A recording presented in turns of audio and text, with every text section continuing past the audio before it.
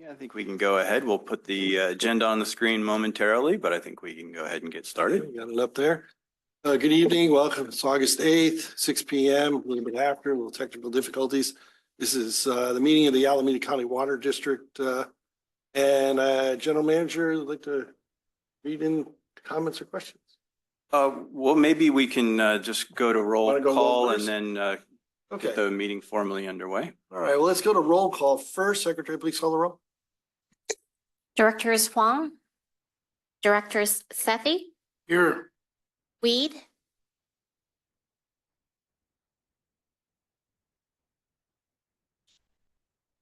Directors Akbari, Here. and Directors Gunther. Here. Director Huang is en route, and Director Weed will most likely be joining us through Zoom this evening and may pop on this line. And when we find him, we'll let you know.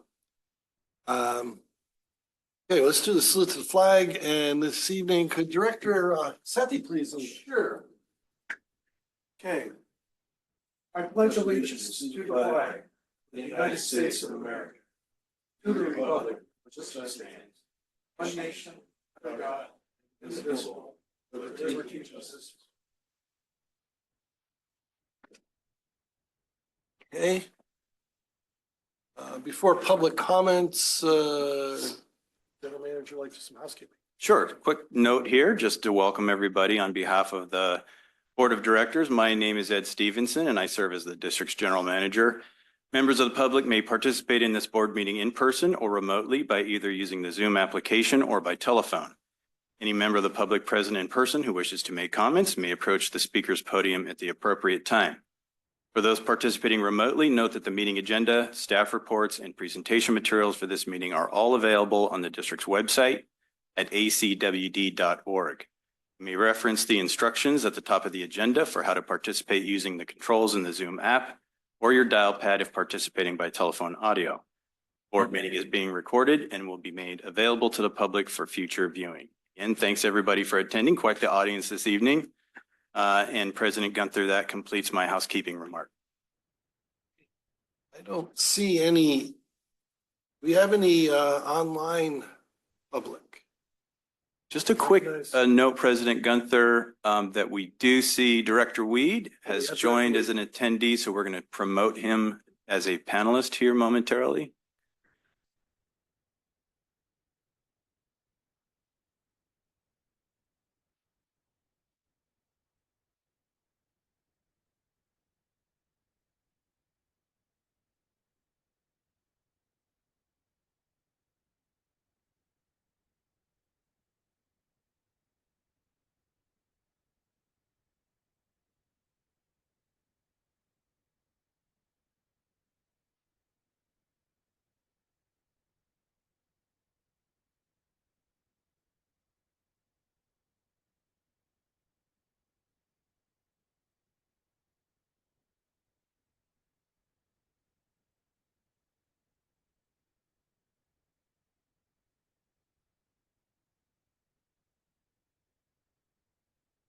We do have some.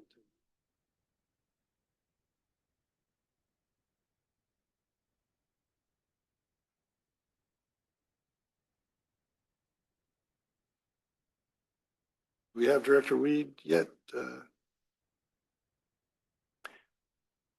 I see him loitering as an attendee, but we'll see if we can get him to be promoted to a panelist. Good start, public comment. Yeah, I think it's fair to go ahead and start public comments. We'll introduce Director Weed when we get him. Once we get Director Weed fully set up here, we'll go and introduce him. But in the meantime, we'll press ahead with public comments. Anybody online would like to make a comment regarding this evening's meeting under public comments, an item not on the agenda tonight, they could raise their hand. And Mr. Abreu, I see you're in the audience this evening too. If you would like to, I guess, approach the podium if you're interested in this evening.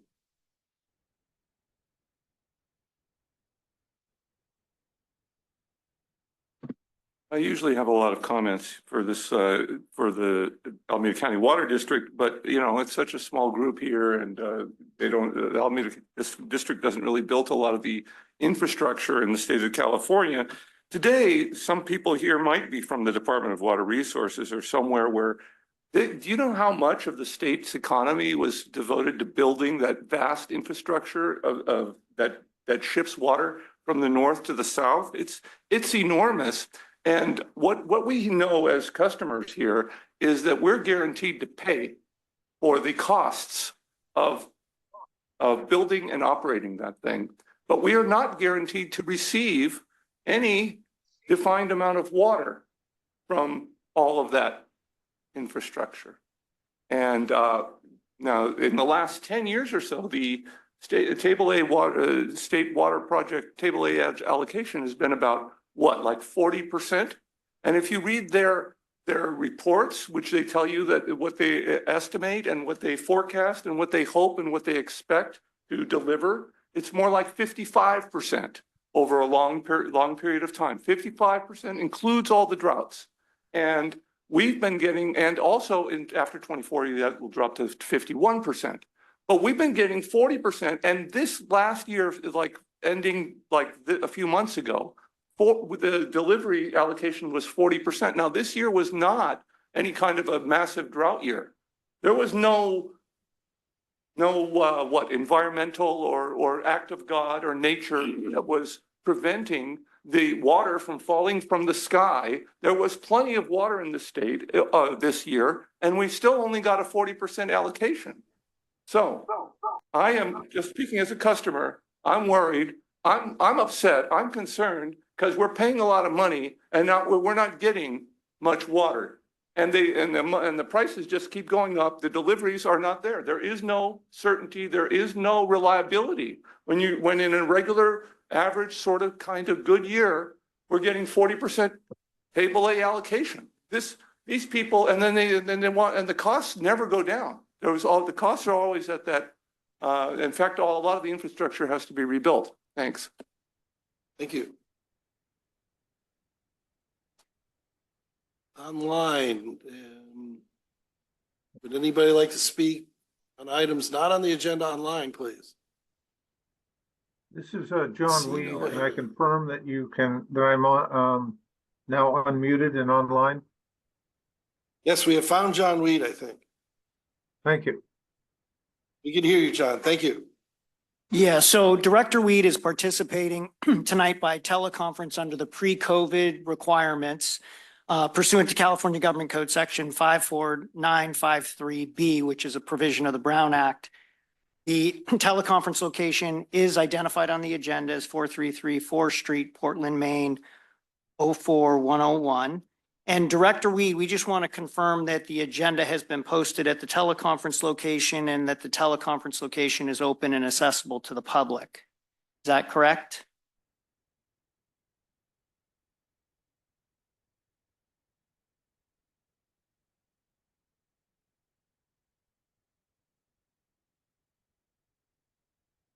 I'm sure he's still with us. Hey, Director Weed, I wonder if you can still hear us?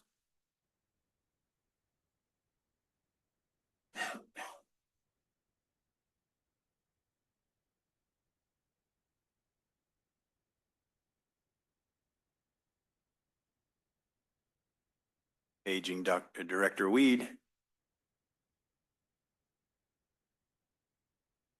Yeah, he's got his phone and his Zoom instance.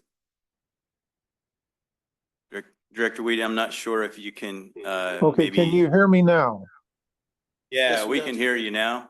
Okay, I'm calling you. I'm speaking to you on my cell phone and using the web connection to on a computer. So it's a combination of the two. All right, And thanks the for answer keeping to it the questions interesting. were yes, we're in good shape. Thank you.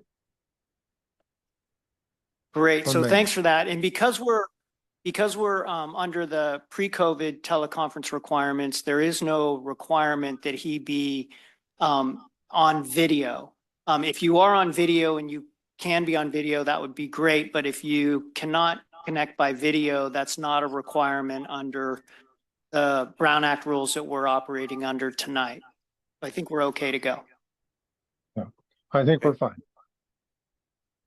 Without even, I Yeah. struggled with the video. My apologies. All right. Okay, special presentation. All right, well, let's get our meeting really going today. We'll get the blood flowing with our special presentation. The first item on the agenda, this is about the Delta Conveyance Project. It's an update. And Laura Heides will introduce our special guest, and we'll work on feedback in the meantime. But I just wanted to make a couple of remarks. We had a speaker this evening talk about the criticality of the State Water Project. This is a huge effort in terms of improving reliability and resiliency. The district is very much thus far in support. We have, in fact, a couple of the members of your board participate in leadership and policy roles on the Delta Conveyance Finance Authority and also the Delta Conveyance Design and Construction Authority. So this is very near and dear to our hearts. There's an awful lot that's been going on, and we wanted to ensure that the board receive a bit of a touch point directly from the project, the board and the public. So with that, I'll turn it over to Ms. Heides.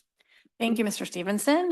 We're glad to be here today to welcome two very special guests who are going to share with us an update on the Delta Conveyance Project. As you know, the district is participating in the planning activities for that project. And so we thought it would make sense to have an update on the latest related to the cost estimate and the benefit cost analysis. So I'm pleased to introduce maybe I'll do a short introduction if you two don't mind. I know you know many here, but there's folks online here as well. So Graham Bradner is the Executive Director of the Delta Conveyance Design and Construction Authority, or DCA. He has over 20 years of experience in the evaluation, design, and construction of large-scale water supply infrastructure in Northern California.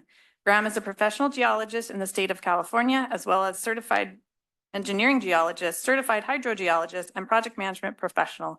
His broad experience and skills were developed through working with and leading large multidiscipline teams for water infrastructure projects ranging from screening studies and feasibility studies through development of detailed designs and packages for bidding and construction. Prior to becoming the executive director, Graham was the DCA engineering lead for forebay and levee features, siting studies, and program-wide evaluations. He also served as deputy to the engineering design manager. Harry Buckman is DWR's Environmental Program Manager for Delta Conveyance, responsible for environmental planning and permitting for a potential single tunnel conveyance project. Prior to working for DWR, Carrie was in the private sector for 21 years, working on feasibility studies and environmental compliance for large water and restoration projects. She worked on planning efforts for Yolo Bypass Fisheries Restoration, the San Joaquin River Restoration Program, and long-term water transfers. So welcome to both Graham and Carrie, and I'm going to turn it over to them to get us started with the presentation. Thank you so much for the introduction, and thank you really for having us here tonight. We're so happy to be able to talk to you in person and online and really help increase understanding of the project. So we're here tonight because we did have a recent milestone where we released an updated cost estimate and benefit cost analysis. So I'm going to talk a little bit about project updates. Graham will talk about the cost estimate, and I will talk about the benefit cost analysis. So to start with, I think everyone here is pretty familiar with the value of the State Water Project, but some of these things will tie into the discussions in the presentation. So I just wanted to mention a few things. The State Water Project serves an area of 27 million people. So it provides safe, clean, affordable drinking water to a very large percent of California's population. It also supports a GDP of $2.3 trillion. And I think we hear a lot that if California was its own country, it would be the 5th largest economy in the world. And if the State Water Project service area was its own country, it would be the 8th largest economy in the world. So this is an area that is very important both locally and worldwide. So the current water supply is around 2.56 million acre feet per year. And those deliveries go to urban and agricultural customers. But we know as we look forward that we're going to be facing some challenges, and we've already seen those as the commenter was talking about earlier. We know that we have started to experience climate change and we are going to continue to experience that. And some of the ways that it's making itself clear within the State Water Project is that we're receiving precipitation, more rain than snow over a shorter period of time, and more flashy storms. So very quick, high amounts of flow. And those changes make it very difficult to capture water. And on the sea level rise side, as the sea level increases, we are having to release additional water to keep the salinity out of the delta. And those two changes combine to reduce State Water Project deliveries by about 22% by 2070, which is a really large percentage of critical infrastructure in California. Additionally, we have the risk of extended outages during a seismic event. If the fragile levees in the delta are damaged during an earthquake, they can allow salinity to come in from the bay as the water sort of rushes in to fill delta islands. And that can result in water quality that cannot be diverted. So different scenarios show different lengths, but it can be really quite a long time. So having an alternate point of delivery would help with that as well, which sort of brings us to delta conveyance. So this is a really important slide that we'll talk about sort of throughout the rest of the night. And this shows really what we're trying to accomplish with the Delta Conveyance Project. So right now, as I mentioned earlier, the State Water Project is able to deliver about an average of 2.56 million acre feet, or 2.56 thousand acre feet per year. Million acre feet per year. Man, going back and forth. 2.5 million acre feet per year. With climate change and sea level rise in 2070, that decreases by about 570,000 acre feet per year. This is a pretty significant change that we as planners need to prepare for.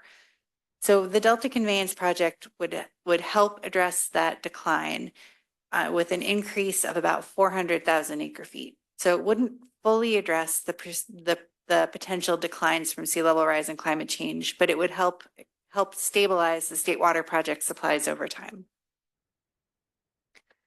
And this year has been a year that really demonstrates the usefulness and utility of the Delta Conveyance Project. So this year has been an above normal year, a wetter year. However, we have not been able to capture a lot of that water for a variety of reasons, mostly associated with regulations. This year, we've had a series of overlapping regulations that have really limited our ability to use the South Delta diversion facilities. People have probably heard that there was a collection of steelhead near the South Delta pumps, and that limited State Water Project diversions for a good chunk of the winter. Typically, steelhead do not limit State Water Project diversions. Usually other fish are the limiting factor. So this was a new thing that wasn't expected. And if we'd had the ability to shift diversions to the north, to divert out of the proposed North Delta facilities, we would have been able to divert an additional 941,000 acre feet of water, which is enough water to supply over 9.8 million people for a year, or nearly 3.3 million households per year.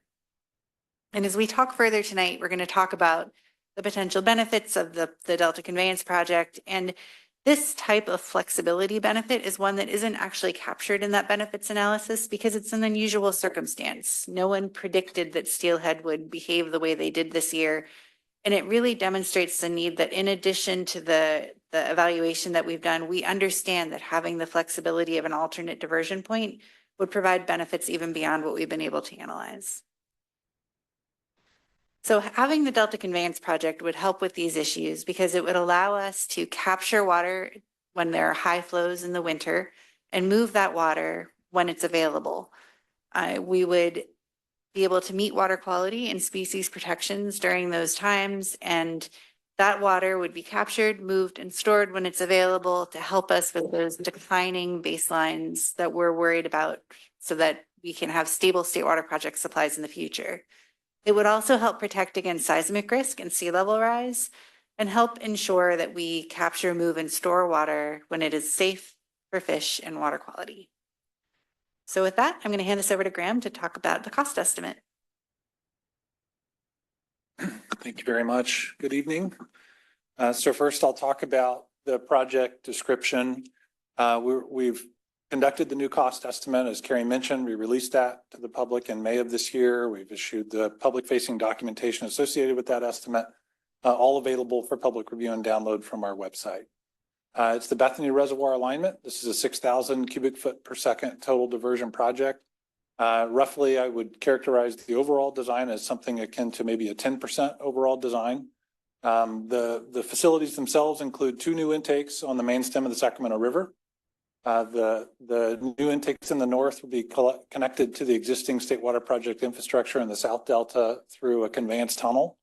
That tunnel is 45 miles long, 36-foot internal diameter, constructed with 11 shafts positioned along the tunnel alignment. In addition to the intakes and conveyance infrastructure, there would also be a new pumping plant constructed in the South Delta that would be responsible for lifting the water out of the tunnel, but also delivering it directly up to Bethany Reservoir, which is about at elevation 250 up in the foothills. The conveyance up to from the pumping plant up to the reservoir would be about a 2.5 mile long set of 4 15-foot diameter aqueduct pipelines that would be used to convey that water up to Bethany Reservoir, and then a new discharge structure on the rim of Bethany Reservoir. Just to go ahead and put it out there, Bethany Reservoir is also the location of the South Bay Aqueduct pumping plant. So that's where the pole is that feeds the South Bay Aqueduct. In addition to the cost estimate for direct labor and material costs, we've included the land acquisition, power supply, and consumption requirements associated with constructing the facilities. Mitigation identified through the environmental analysis has been quantified and included in the estimate. There's also a set-aside amount dedicated for a community benefits program, as well as settlement agreements with Contra Costa Water District. We have included in the estimate multiple ways of dealing with uncertainty. We have, as is typical, a contingency associated with the construction and labor costs. We've also included another form of risk mitigation or uncertainty management, which is risk treatment costs. And I'd be happy to answer further questions about that. But essentially, we identify potential risks, think about the cost to reduce those risks, include that direct cost in the estimate, and then capture the remaining residual risk through contingency. So this is the updated cost estimate. We're in 2023 real undiscounted prices. So the discounting is a process that's left to the economic analysis, essentially discounting accounts for the time value of money. So these are undiscounted costs, 2023 real prices. We performed multiple reconciliations in developing this estimate. First off, the main estimate that you're seeing here is developed using what we would call a bottoms-up approach. So that forces us to think through all the various activities required to deliver the project, identify the materials, equipment, labor, resources necessary to conduct those activities, assign unit costs to each of those activities, and using the durations build our way up to the cost. So that's the process we use to arrive at the estimate. Then we have the ability to work in more of a top-down method, which is more maybe conventional for projects at this stage. That uses more stochastic approaches and benchmarking to kind of work your way down. But we felt like a project of this magnitude, it was worth the effort to put in the very detailed work to build our way up to the estimate. Then use that more top-down approach as a secondary means to double check the result. We also performed internal reconciliations of those estimates. We were able to get independent estimates to within 2%. So we feel pretty confident about the cost estimate work that we're providing to feed the economic analysis. We also compare the estimate back to the 2020 cost assessment, and I'll show you that here in just a second, but that provides another way to reconcile and compare the estimate and again, consider the potential differences and reconcile the differences and all of that leading to additional confidence. In terms of how the cost estimate breaks down, we've got the total of 20.12 billion as the updated cost estimate in 2023 dollars. About 3/4 of that is associated with the direct construction costs as well as the contingency assigned to those construction costs. The other 25% is then associated with the category of other program costs. That's where all the labor associated with delivering the project, land acquisition, the mitigation program. So that's capturing the identified mitigations through the environmental impact report, power consumption, Contra Costa settlement, and community benefits program, which I'll just note is $200 million included in the cost estimate. We have close to $500 million of risk treatment costs included in the estimate. Those are plugged in directly as part of the total construction costs at the top. So in terms of reconciling the estimate with the old 2020, we have the updated cost estimate that you see inside the gold box. That's the 20.12 billion. Next to that, the middle column, you see the 2020 cost assessment totals 15.9 billion down at the bottom of the numbers. So we took that cost estimate and escalated it to $2023 using the U.S. Bureau of Reclamation's construction cost trend indices. Those indices showed 26.8% inflation from 2020 to 2023. So we take the 2020 numbers, escalate them to $2023. We actually then, of course, capture and acknowledge that other elements of the estimate did not exist. You can see those identified in the entries with $0, but also note we had a higher contingency back in the original 2020 estimate, which was appropriate for the time. Reconciling these two different approaches, we end up very close. The updated or escalated 2020 estimate arrives at 20.17 billion. Our bottoms up detailed estimate arrives at 20.12. So again, we feel pretty confident about the numbers that we're issuing now for the economic analysis. Just one last slide. At the same time that we've been developing the cost estimate for the Bethany Reservoir alignment, we've also been thinking about potential innovations to the project. Just at a high level, these innovations represent opportunities to reduce impacts, reduce cost, improve constructability. The principle here is that the project described and documented in the EIR is a relatively conservative design. In many cases, we had to make assumptions about ground conditions. When we do that to support environmental analysis, the typical approach is to lean conservative. So the environmental analysis captures and creates sort of an umbrella of impacts that we're then working underneath. These opportunities for innovation are something that we'll continue to evaluate. Ultimately, this is a real good indication of how the project could evolve through future value engineering activities and really the value of cost management or the value of value engineering in terms of managing costs on a program like this. We worked our way through this process.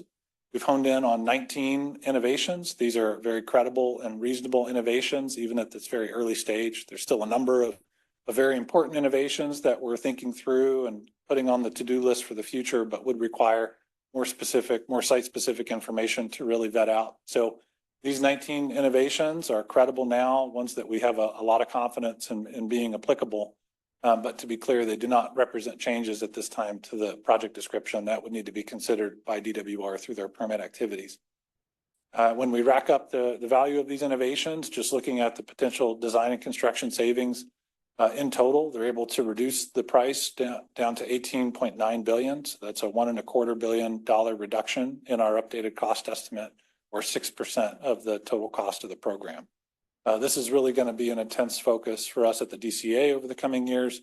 This won't be the last time we issue a cost estimate. The main intent of this estimate is to update and provide credible information for the benefit cost analysis, but there will certainly be future updates to the cost estimate. We would really want to continue to work on these innovations and bring forward as refined a project as we can at that time. So with that, I will hand it back to Carrie to pick it up on the benefit cost analysis. So we used the cost that Graham developed to feed into a benefit cost analysis, and the Delta Conveyance project passed the cost analysis or the benefit cost test essentially.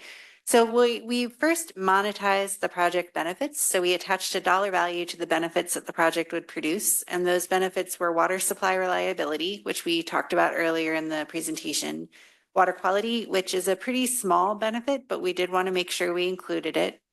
And then seismic reliability. And we'll talk a little bit more about these in the next few slides. We then compared that to the project costs with the cost estimate from the DCA for construction. And then we added in O&M costs over time, as well as the cost of unmitigated environmental impacts. So the impacts that remain after we are able to mitigate for some of the impacts. And with that, when we compare the benefits to the costs, we end up with a ratio of 2.2, which means that for every dollar spent, there's $2.2 in benefits. So a little bit more about the water supply benefits.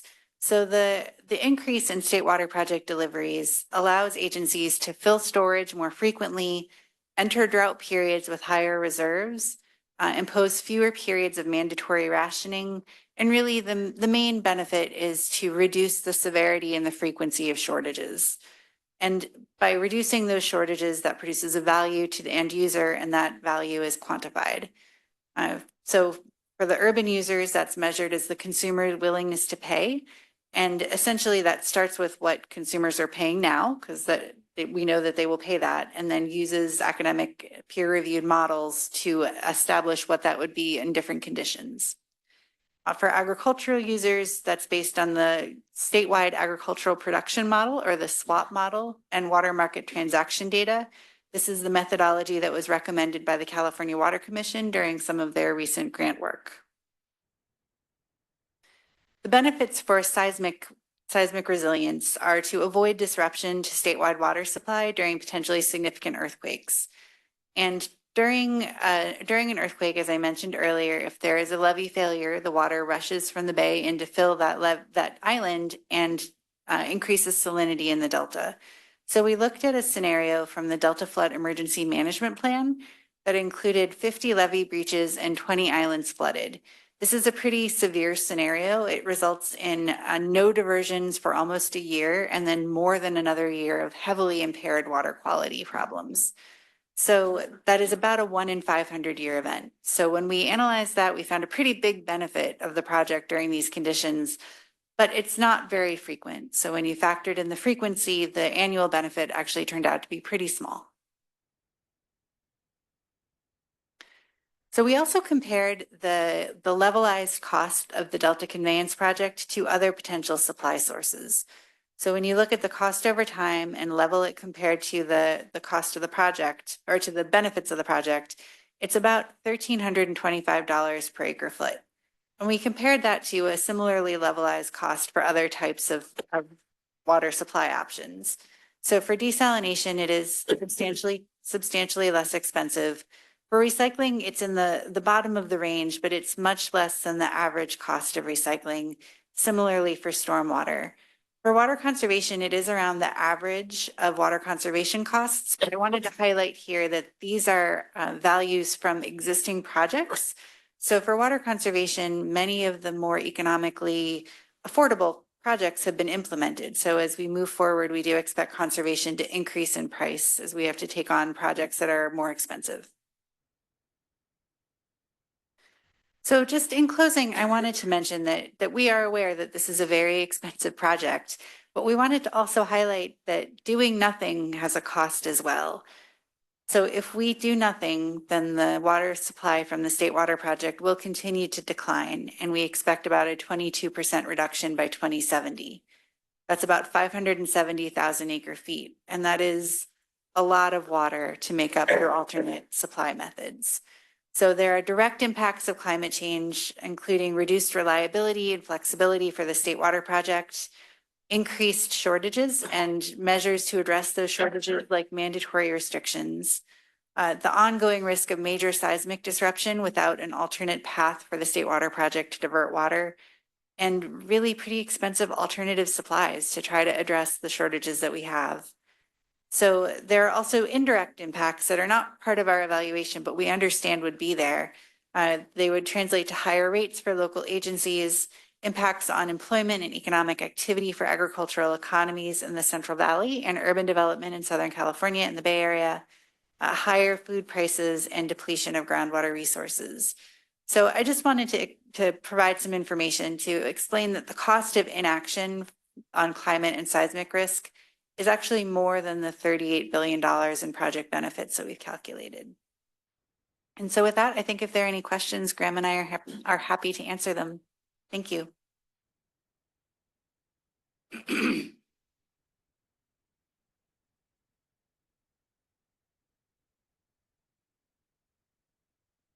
Well, why don't I kick things off? Yeah, we'll go and kick off with Director Sethy and then try to slide to John's got his hand up too. Why don't you go with John first? Okay, let's take Director Weed. Can you hear us, John? Yes, thank you. Am I coming through? Yes. Okay, great. First of all, I would like to thank the DCA staff for coming down and making the presentation. I would note that I, this month, become a director on the DCA, moving from alternate status for a 2-year period. What I think is important to recognize that under the current state water allocations, ACWD is a little over 1%. Therefore, when you're speaking of $20 billion, you're looking at a $200 million cost to ACWD in ballpark numbers. However, I would suggest that and argue that the benefit to ACWD is greater than that of some other members. It's 40% of our water supply. And we're looking at a delta which is in dire straits, and I would argue is doomed to be an inland salton sea as predicted by the Corps of Engineers 25 years ago. Therefore, this project becomes more critical to us. And when we look at our alternate cost as compared to the overall cost to the program, it's even more important to ACWD to have delta conveyance than it is many of the other state water contractors. Thank you. Thank you. Dr. Sethy. Well, as the chair of the Delta Conveyance Finance Authority the past 2 years and member since its inception, since 2018, I fully concur with the comments that Director Weed just made right now.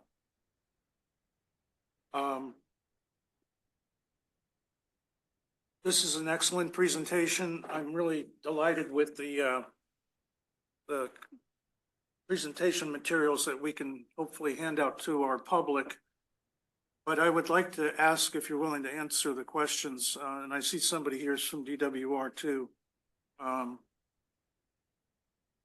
as to where we are with our validation lawsuit.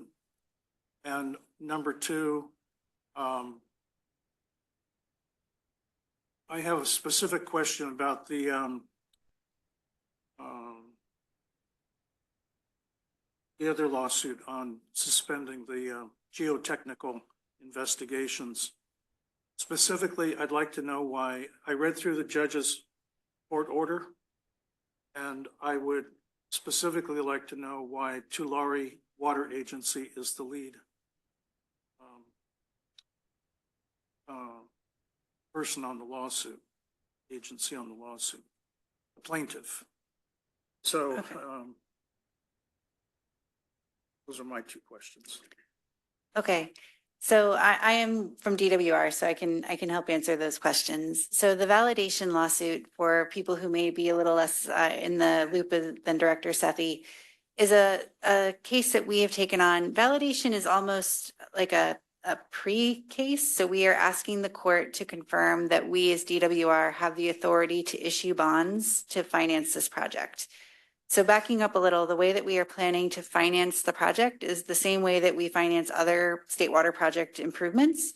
So we would issue bonds, general revenue bonds, and they would be repaid by the state water project contractors. So, you know, it's the same way that we fund other efforts, the same way that the state water project itself was funded. So because this is an addition to the state water project, we want the court to confirm that it is part of the state water project and we can issue those bonds. That's really important to the entities that will eventually buy the bonds, that they have certainty that those bonds can be repaid. So it really helps us establish certainty, which will translate to a better bond rating, more cost effectiveness for the users.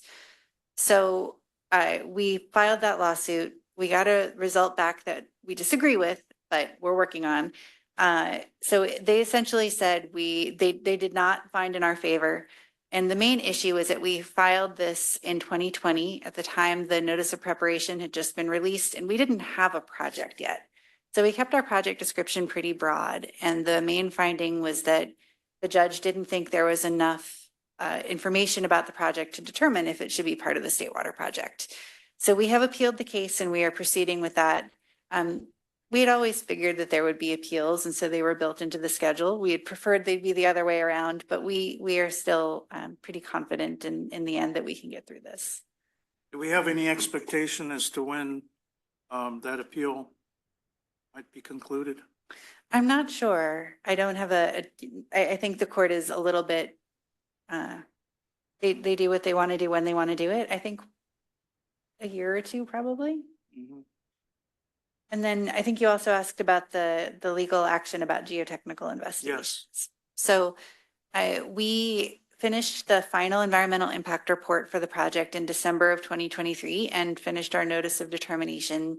There's a 30-day period to litigate under CEQA, and we had 9 lawsuits, and several of them requested a preliminary injunction to not proceed with the project.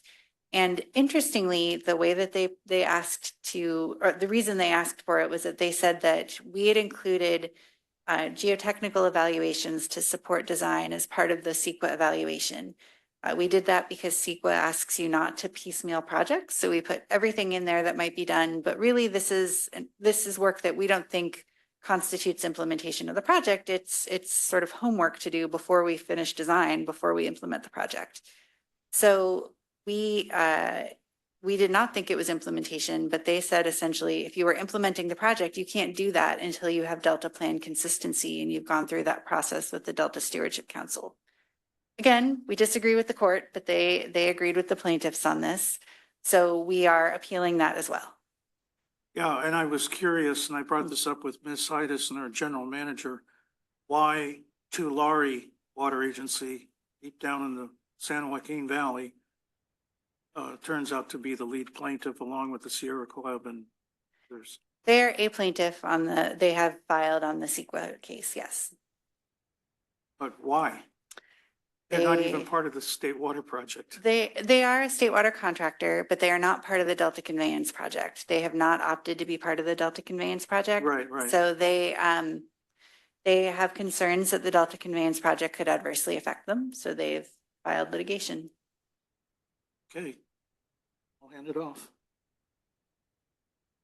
Well, Carrie, Graham, thank you for the presentation today. Obviously, this project is very important to us. Like it was mentioned by Director Weed, 40% of our water comes from the State Water Project. And so we have a vested interest in making sure that we've built in reliability into the State Water Project and into the Delta.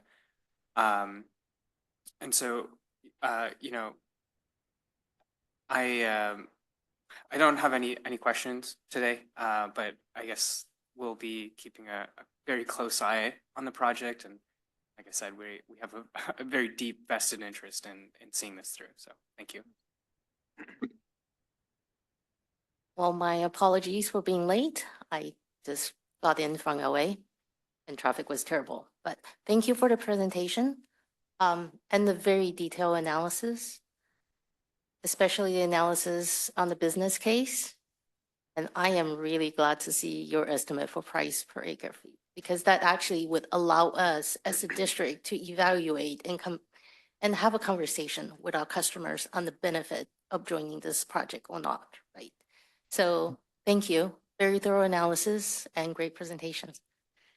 Thank you. And I probably should have mentioned that this is our analysis as DWR, but we understand that the agencies that are making decisions about the project will be doing their own. And so I understand that ACWD is doing their own analysis and we'll support that however we can. Yeah, and this is a starting point for us, right? So thank you. Thank you for coming down this evening. Apologize for the coughing. I've been a supporter of the project for quite some time. Have watched this over the years when it was known by other names. Prior to my moving to California, then I became educated and found some very interesting concepts about the project. What I didn't know, I was just on the peripheral. I think education is going to be our complete key here, but there are a lot of people out there that don't want to be educated. They already know what the answer is, and the answer is no. It's going to be very difficult to overcome that. I do appreciate your coming down here because that's going to help. It helps us get that message out there that, no, this is important. The fact sheet here, this myth and facts. Now the key is, can we get the people to read it? If we get just 50% of the people out there to read it, we'll get our support. It's difficult because the easiest way to kill a project is a lawsuit. Simple. And they're trying to do that. That's their objective, is to sue us again, drag it out till the earthquake hits. I think that's the game plan, actually.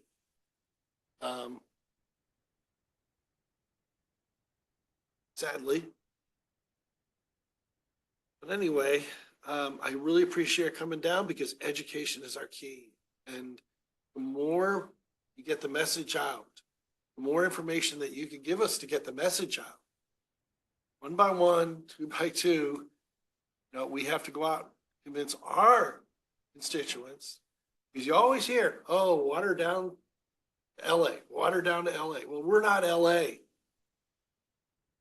That's why it's vital that we're on those committees and we're on the boards.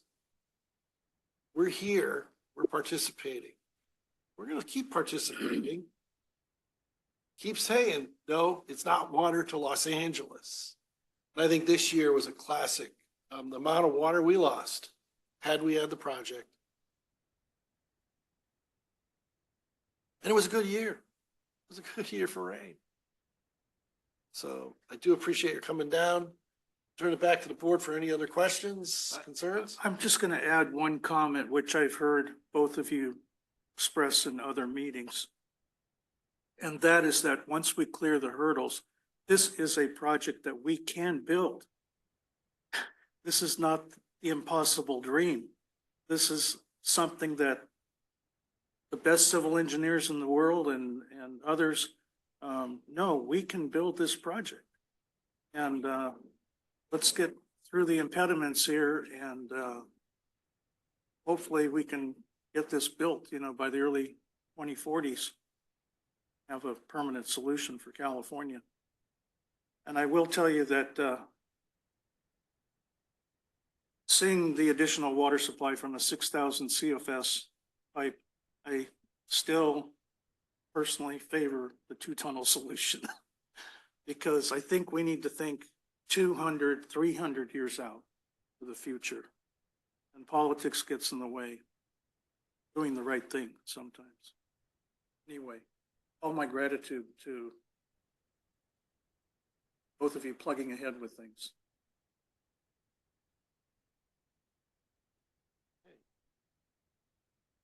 No further comments then. I guess we'd like the public, I forgot about that. Never forget about Mr. Abreu, who's sitting here. By the way, do we have these materials available for public members? Yeah, so maybe I'll just do a couple quick notes while Mr. Abreu's finding his way to the podium. He's been invited to make any remarks. So folks in attendance heard Director Sethy reference some materials as well as President Gunther, and those materials they're all on the website under the line item for this evening's meeting. And also for those in the room, we have copies in the back. So everybody should have access to those materials.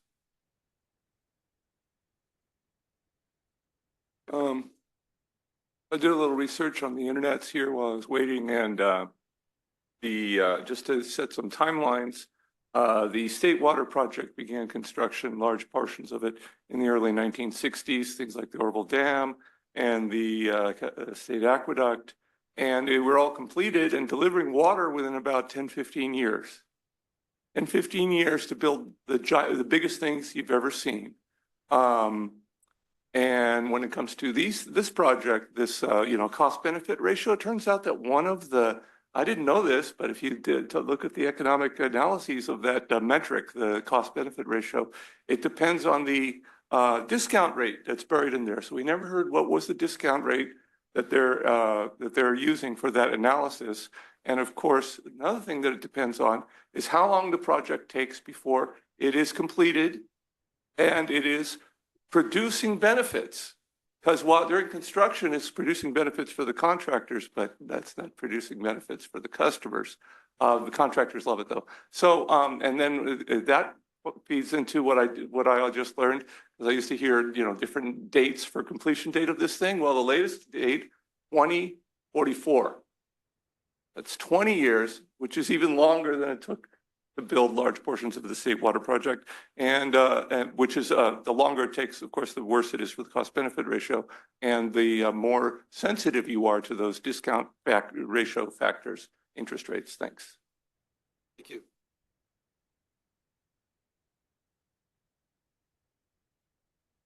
Public comments online. See any? I think we can close this up. Okay. And also just for the record, I noted Director Huang had entered the meeting at 6:25 p.m. by my watch. So just to get Thank that you. clear. Thanks for joining us. Okay, Graham and Carrie, thanks so much for coming. You're welcome to you. stay for the rest of the program if you'd like, or you can start your commute. Either way. I would say check traffic, 880 is pretty bad. Thanks for coming.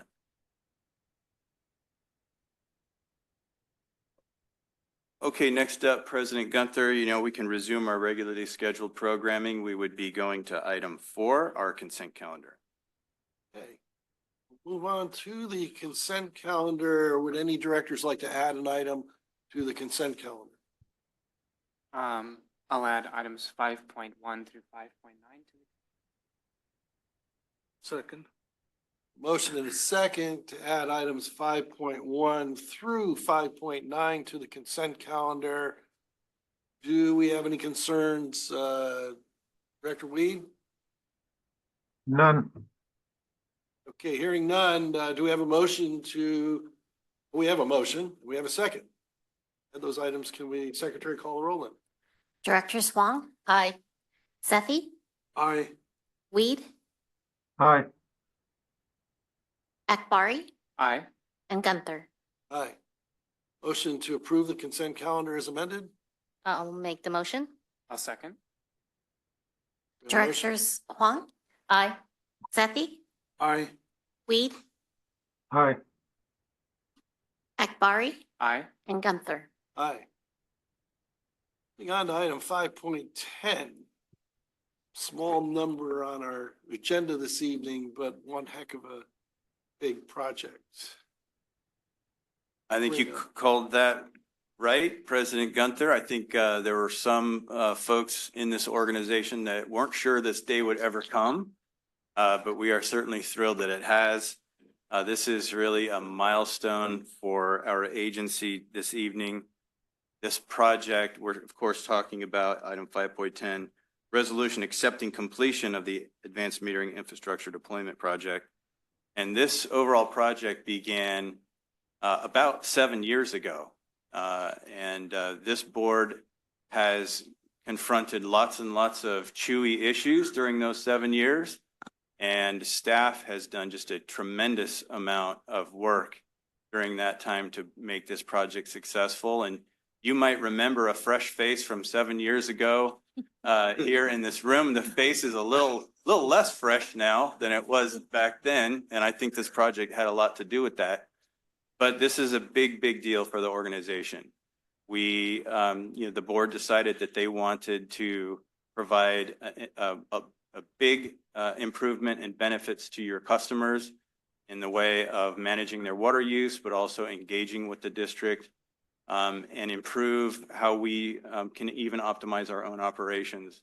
And so that did result in major organizational changes, and it all started with this project. So I think I'll kick it over to our Director of Engineering and Technology, Mr. Awoke, to introduce the item.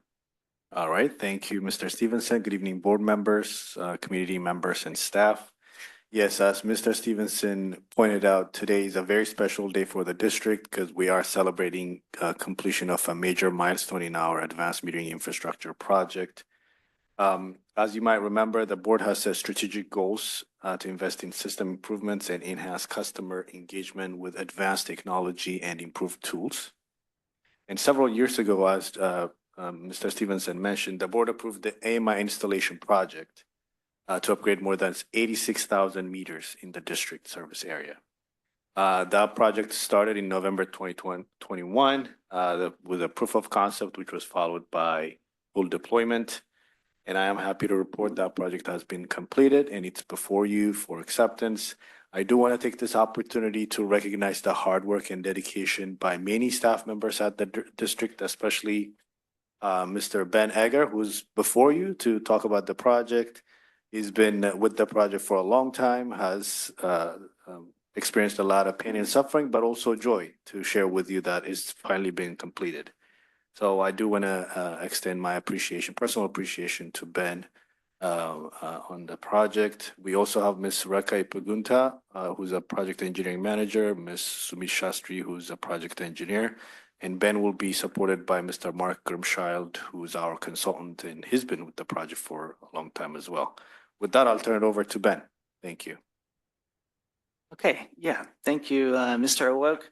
Good evening, President Gunther, members of the board, staff, and public. My name is Ben Egger. I'm the project manager for the district's Advanced Metering Infrastructure Project, AMI project. Co-presenting with me is Mark, as introduced, who you all know well. I know it's a little atypical to supplement an acceptance of a completion with a presentation. However, after 36 odd board presentations and updates, I appreciate the opportunity to provide just one more and a moment of pause for us to reflect on our achievement together.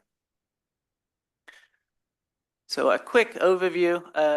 I'll try and keep it short and sweet, but we'll review the completed work, the successes, and next steps, as well as the recommendation.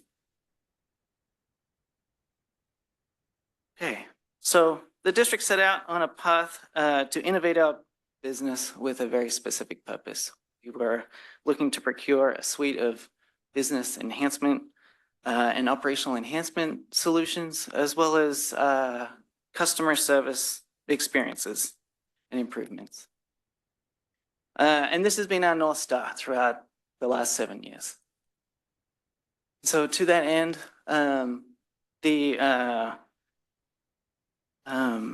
we set meaningful project objectives upon which we attached business drivers that you'll hear a summary of a little bit later. Those objectives being, of course, enhance customer service and engagement, provide operational enhancements and business enhancements, support our water conservation efforts, our customers' conservation efforts, and of course, to deliver the project on schedule and deliver value for the district. So in 2021, we commenced the full deployment of the AMI project, and I'm happy to report that the deployment is complete. As you may remember, Badger Meter was our general contractor. And the focus of tonight is the deployment project and accepting completion of the deployment project, which is the infrastructure component of our AMI project. So a quick overview of that scope of work, what we completed. We implemented the AMI MDMS, which is our meter data management system, as well as integrated that into all our other business systems, work order management systems, billing systems, customer portal, amongst others. We installed AMI endpoints in the order of 86, almost 87,000 endpoints on the meter population, which is the meter reading component, the AMI component, as well as upgraded the meters. So we installed roughly or replaced 66,000 ultrasonic meters, as well as upgraded about 16,000 existing meters, as well as a bunch of maintenance work and work that was done by the contractor to bring those meter connections up to standard.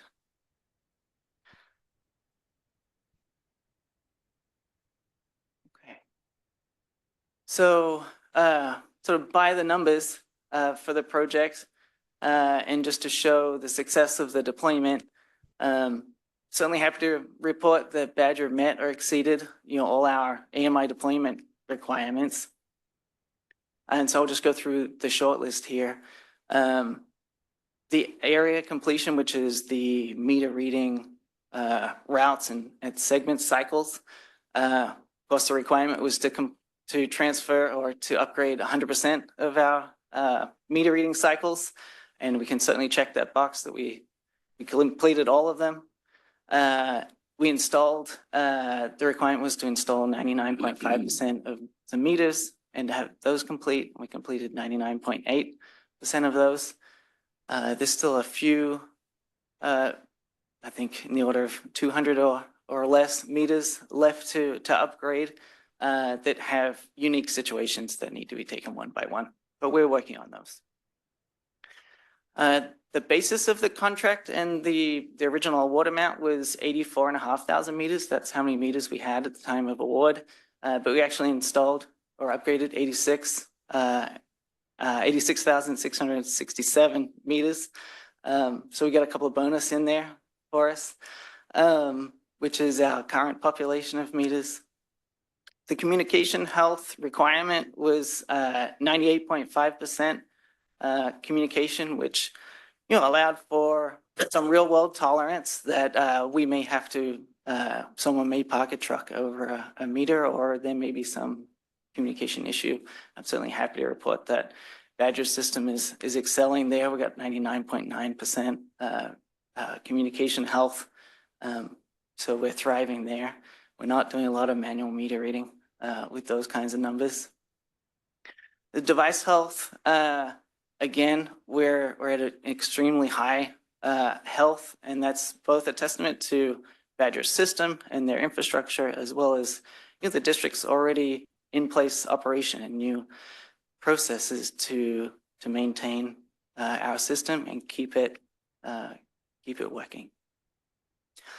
And the contractual completion date was May 24th, and Badger installed all of that work by May 24th. So it was a job well done.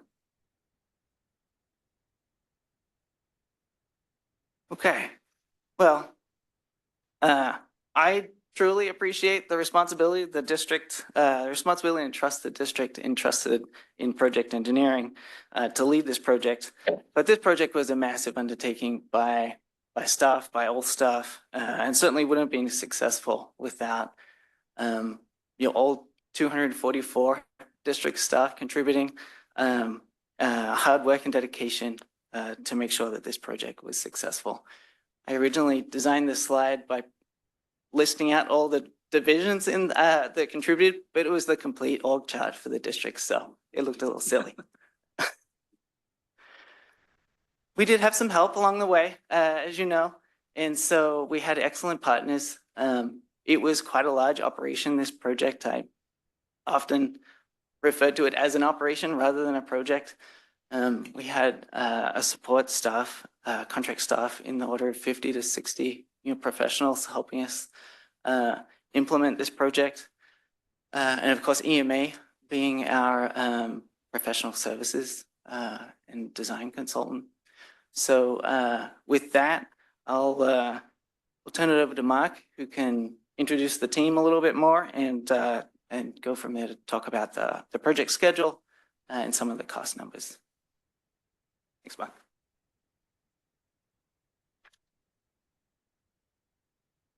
Thank you, Ben. Good evening, board. Oh, we did have a number of, I want to start by saying that the district has been really wonderful to work with for this entire project. There were so many details that went into it. And as you saw the hands in the prior slide, so much assistance and partnership with the entire organization. In fact, this was such a large project that it not only affected all of your customers, it affected, I think, just about every single one of staff. And so there's a lot of organization that goes into that. And we didn't do it alone. But there were a lot of steps in this project. We began with a business plan. We looked at it, we created a needs assessment, we created a design study, and with the board's permission and with the staff's permission, we worked on a procurement plan, and we ultimately selected Badger Meter, the AMI solution that they had. And Badger Meter brought along PMI for installing and doing all the physical work out in the field. EMA was also, well, we had a lot of people helping us as well. Diameter Services was a key component of our project team. UPA helped us do quality assurance with the work that was occurring in the field. And DUDEC worked on CEQA and other biological compliance issues to ensure that the project was compliant with state and federal requirements.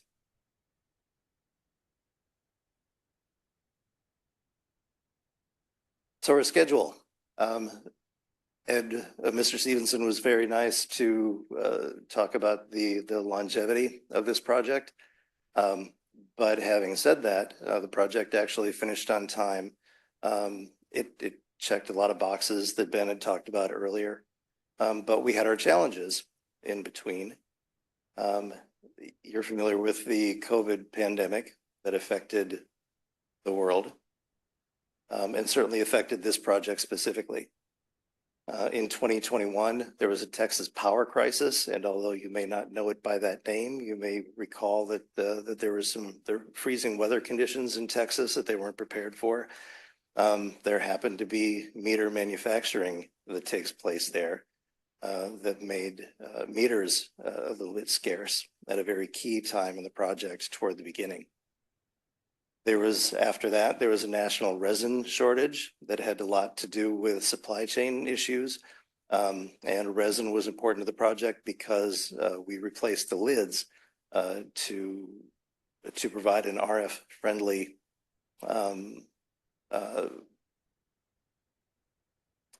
cover for the radio waves to pass through. We also had an endangered species sighting. We mentioned CEQA previously, and so we were prepared for that. And we worked with U.S. Bureau of Reclamation to ensure that we were doing the right things relative to the tiger salamander. And then after that, as you also know, there was a post-pandemic labor shortage. And so when we were starting to plan on finishing the project, we needed more labor. Director Sethy mentioned earlier today that he saw lots of different license plates on the installation trucks from lots of different places. And literally, we had to look far and wide to get qualified installers in to be able to finish the project on time, which it did. At the very beginning of the project, we talked about business drivers. Working with staff, we identified 30 business drivers, identifying business processes, operational improvements that AMI could help bring to the district. I'm happy to report that 100% of the business drivers where we implemented the supporting technology were able to be met by this project.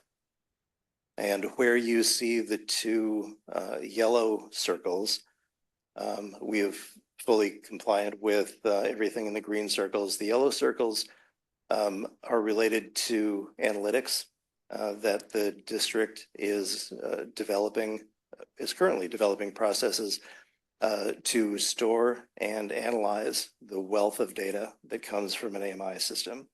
And because that process is just beginning, the installations have just completed, the analytics process has just started, we fully anticipate that those circles will turn green as well. And AMI technology is ready for continued operational and water use efficiencies. The district will discover those things as they go through and as they go through the analytics and discover additional opportunities to improve operations.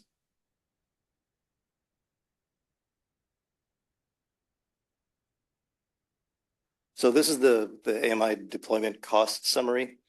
So initially the award was almost $33 million. There were change orders during the course of the project for $4.6 million with a total of slightly over $37 million. There was a final invoiced amount of slightly over $34 million. And so even though, as Ben pointed out, we started out with 84,000 meters, and because of population increase and similar things, we ended up installing almost 87,000 meters. But we did that at $3.3 million under budget. As a consultant, I can tell you that this is a very successful project in every measure that we've shown you.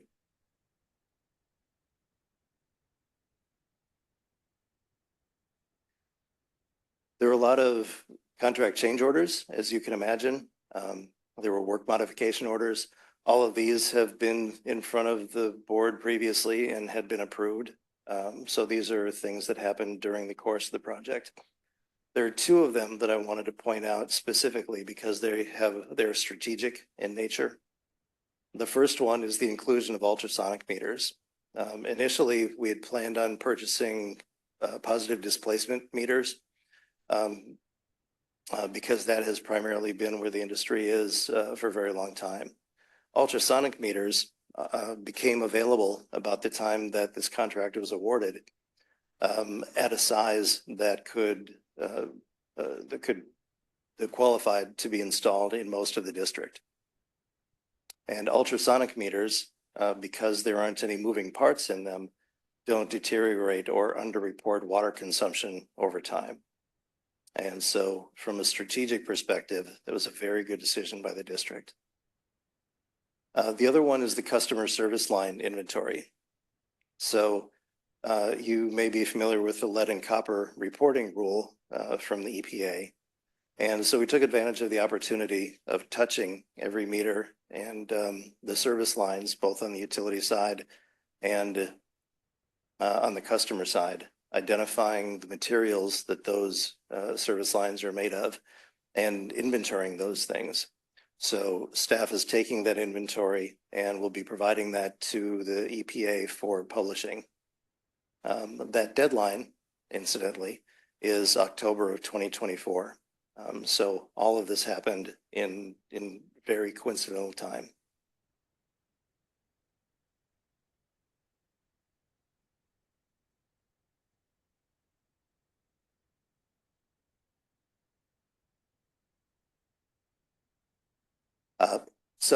I mentioned earlier that the AMI is ready for the future.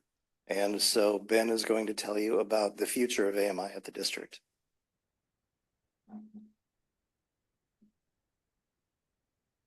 Thanks, Mike. Yeah, I'll just close out the last couple of slides. So as we transition from the deployment phase of our AMI journey into sort of the ownership and operation phase, here's some anticipated next steps as we live and breathe AMI for the next 20 years. As Mark mentioned, we now have our first sets of complete data for all 86,000 locations. So we're on the cusp of being able to do bulk analytics and really fine tuning our system as we move it through the next 20 years. So included in that fine tuning would be customer notifications for various leak types. I happened to be at I was at a public outreach meeting for the Central Newark main renewal project, and one of the customers in attendance pulled me aside and said, "Hey, I'm getting these leak notifications, but can you help me understand them?"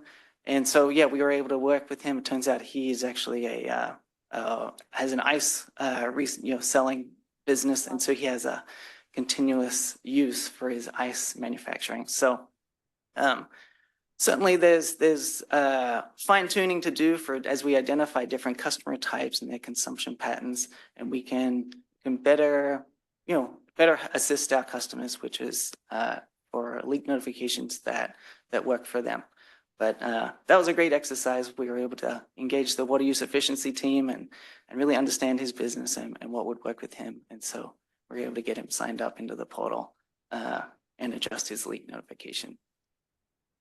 Additional analysis of water consumption types, and further opportunities for operational or water use efficiencies. I know that that the water use efficiency team is actively working on AMI data and AMI data processing. And so I think there'll be a lot of good work to be done on the AMI data into the future. Certainly, AMI unlocks the capability for a transition to monthly billing. So that is something that we could evaluate the appropriateness of a billing review and how we operate that process. Consideration of an opt-out policy is something that we'll need to do in the next coming months, as well as further integration of AMI devices and data into district operations.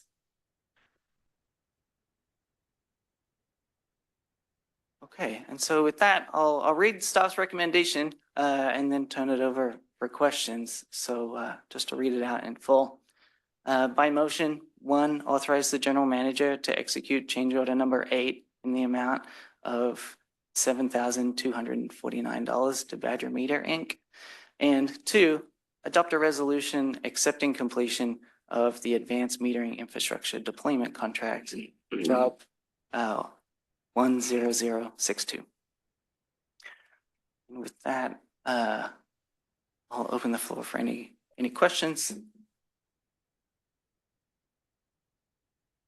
Director Weed, why don't you lead us off? All right, well, thank you.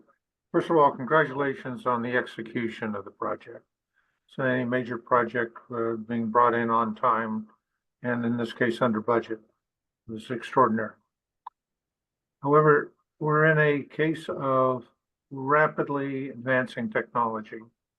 And could you briefly comment on the ECHO project, which I understand over the next some 20 years will cause for us to replace the meters we've just installed? Yeah, good comment. That's correct. The AMI endpoints themselves are battery operated, and that they're tuned for duration, longevity of the battery, but that battery has a finite charge, and so a finite length or life cycle, and that life cycle is 20 years.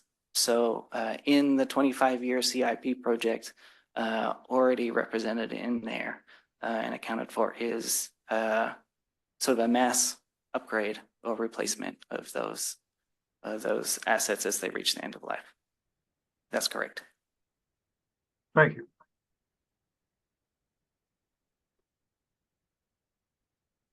Sethy. Okay, well, first I will move the staff recommendation. Number 2, I, like Director Weed, I congratulate you and everyone in the ACWD organization. I know it was cross-disciplinary and everybody played a part in the successful deployment of all the AMI units. And we have our EMA as well, you know, just the total smooth organization of all the subcontractors and everybody. And when I heard you say that there was an impact across many different areas, I was also thinking of suppliers. There were big impacts on suppliers too, because just from my reading and of other implementations around the country, we are one of the largest. So we certainly had an impact on suppliers of every nature. Then, of course, our outreach and public relations. I mean, we've been doing excellent work promoting AMI on our website through the connection, Tri-City Voice, and in our parades too. So I compliment the entire team there. Here's where I have some questions and observations. One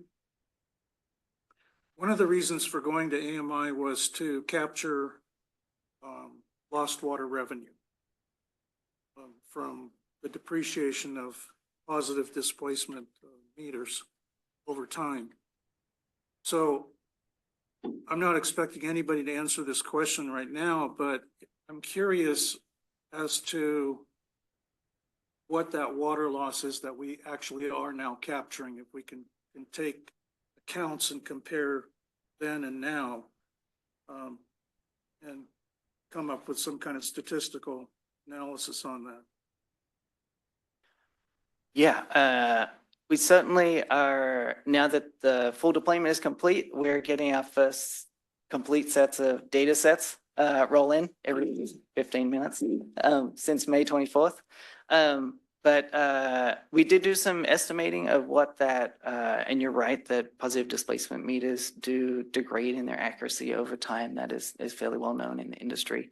And that ultrasonic meters are projected to not have any degradation in their accuracy over their life cycle. So over a 20-year period, there's sort of this sliver of accuracy that you can calculate and quantify.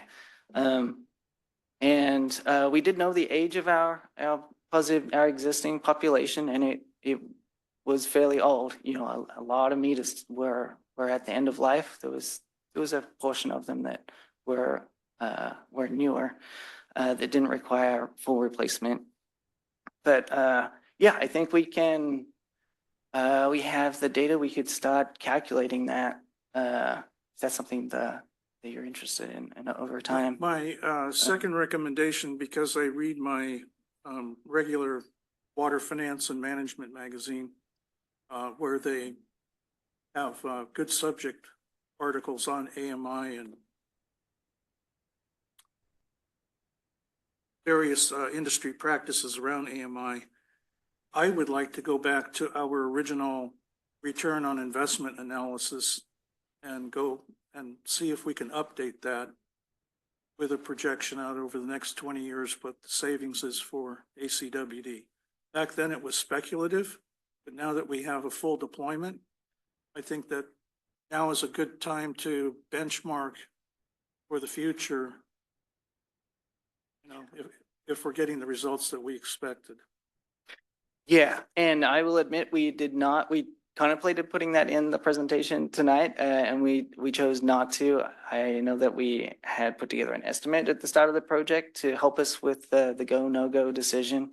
And once we had the procurement results, we as built that, and at the POC, when we completed the proof of concept, which really proved, hey, is this thing real? Is it really going to give us show us the value that it said it would? Proof is in the pudding. Then we as built it then, and really didn't change much. We thought to do it again for tonight, but really all that's left with uncertainty next to it is, you know, some of those meter accuracy. You know, you pinpointed it straight away. The meter accuracy over time, that will take some time to understand. You know, is that calculation as accurate, or does that need adjustment? And we've just got those meters in the ground, so I probably didn't have enough data to show you something with less uncertainty than you'd seen before. So the last thing I wanted to bring up is I came across ACWD presenting to some industry forum on early lessons learned from our AMI deployment. And so Mr. Stevenson and Ms. Heides offered me a full detailed presentation. And that really gets into the subject of analytics and what we're going to learn from the data. And we're collecting billions of bits of data into the trillions, you know, over the years. And so I found the presentation really fascinating from kind of a inside technical perspective of how we're looking at AMI. Reminds me of my work in Silicon Valley with other hardware projects. And I did provide some feedback because I'm plugged into certain projects where I saw the selection of Snowflake software for the database software, or preliminary recommendation. Okay. I thought that was an excellent choice for consolidating all of this database data and being able to leverage learning from it. And I have one addition, and I think Snowflake is already working on this, but there are other vendors too that we can look at. We need to use AI learning software to learn behaviors and patterns from that large database that we're going to be accumulating without invading people's privacy. Sure. Yeah. So those are my comments. Well, Ben, Mark, thank you for another great presentation. I have been eagerly waiting for today, especially getting regular updates, not just at board meetings, but also in committee meetings for 7+ years now. It has been really, really fun to watch this project come along. And congratulations, not just to you both, but to the whole organization. A project like this coming in on time and under budget is something that we should really commend. And it's a district-wide effort. Just because we have a lot of folks in attendance today, I just want to highlight again how important this project is. It is not just changing the way that we do business internally, but it's changing our relationship with our ratepayers and giving them so much more, so many more data points and so much more power to be able to control their water use and to be able to communicate with the district. And like Director Sethy was touching on, for us internally, we have so many more data points that we can work on and start to improve our processes with. So I think this is just an incredibly exciting project to see through completion, and just want to again congratulate the whole district on being able to bring us to this point. So thank you. Well, I think we're going to hear the same thing over and over again. Actually, thank you to the entire district for taking on this task. It's a super heavy lift. It's not just a big lift. It's amazing the type of problem you guys have encountered, and we still arrive on time and on budget. That is pretty incredible. And kudos to you, Ben, for the slide, because you actually already answered my question about what happened to the opt-outs. So thank you for actually guessing correctly that I would be interested in that. I am looking forward to see how we could use the data, right? Because these data internally is a tool for us to figure out how to be more efficient or how to better communicate or how to target certain customer segments to help them with conservation if it's necessary, right? And yeah, like Director Akbari says, AMI and the app actually empowers our customers, right? We gave them the data to make decision on how much water to use and when. So one last thing I'm going to say is I am worried about data security. I would ask us to be double, triple sure that we protect the data and protect our customers' privacy. I will fess up. I just opened up my app and just pull out a date, and I reminded myself when I had lunch, because that's when I wash dishes. And I could actually see to that level when the water usage is on. Right, the flip side of that is it's a privacy issue for our customers. So just please keep that in mind. But overall, great job. Thank you. This is amazing. I cringe when I hear about the problems you guys have. And I will admit my house is one of those problem childs with a non-standard lid that you have to manufacture one. So thank you. I love my AMI meter. Before I comment, I'd like to call on public comments. Mr. Aber, I'm sure you have something to add on this one. Well, I don't know too much about this project and everything that was done here and how successful it was. But there's a saying, something about failure is the best teacher. So let me tell you about what happened somewhere else at another retailer and a wholesaler that shall go unnamed to protect the guilty. And these people decided they wanted to replace all their meters or a lot of the meters, so they replaced all the meters. And that's, you know, technically it sounds like that they should be able to do that, and they did it. Now, but it turns out that when you do that, that's not just a technical thing. It's also like an administrative and legal and organizational and you know, corporate goals and values, and everything goes into that. So what they decided to do was they would make the meters all a little bit bigger, and then that would necessitate a bill increase for all the little homeowners of and renters, and a little bill increase. But they didn't want that, so they just didn't do it. And then the wholesaler got mad. But the wholesaler didn't find out for about 6 years because they hid it from the wholesaler due to lack of corporate ethics or municipal ethics or some kind of ethics. And they hid it. And the wholesaler then got really mad when they found out by using, you know, talking under the table and digging through the papers, and their lawyers got mad, and now it's in court.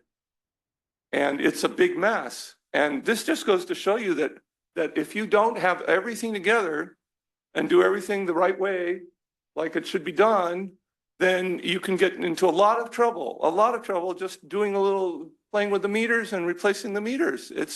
There's huge failures, potential for failure here. And I didn't say that there's any, I don't see any that happened here, but I think it's very nice, good to know just how bad the failure could have been if you had screwed this up. Thanks. Thank you. Thank you for your comments. One thing I'd first like to do is kind of a shout out to Director Weed. He really kind of drove that ultrasonic meter decision or drive that point. Certainly didn't come from me. And I appreciated what he did now, because we did follow that. And I think it was the right thing to do. And I think we're going to benefit greatly for that. So thank you, Director Weed, for your pushing the ultrasonic meter. I had to bring that out tonight. The project has been installed. I think it was a great idea. This is going to give us so much to work with when, you know, the state and people come and say, well, what are you doing for conservation? What are you doing, you know, to cut your water use? This is classic. We're going to have so much data we could throw at them. You know, that look, we can check leaks. We were finding leaks, and well, cases sitting up here. In our first year, we were finding leaks that we never even knew about. I think this data is going to give us so much opportunity and things we could show that what we could do. Privacy, definitely an issue. I mean, I could tell when I took my shower, when I got up. But not necessarily a bad thing for me to know that, because then I could also tell, you know what, I left my sprinklers on. Oops. Or I have a leak, which for like 6 years now, I've been a little running joke with Ben that a lot of people don't know. It's like every time I saw him was, Ben, where's my meter? I mean, literally every time I saw Ben, where's my meter? If he wasn't even here, ask Ben, where's my meter? And I didn't get it till near the end, so you heard this a lot. By the end, it was like, Ben, I want to be last. It wasn't because I didn't want my meter. I really wanted my meter.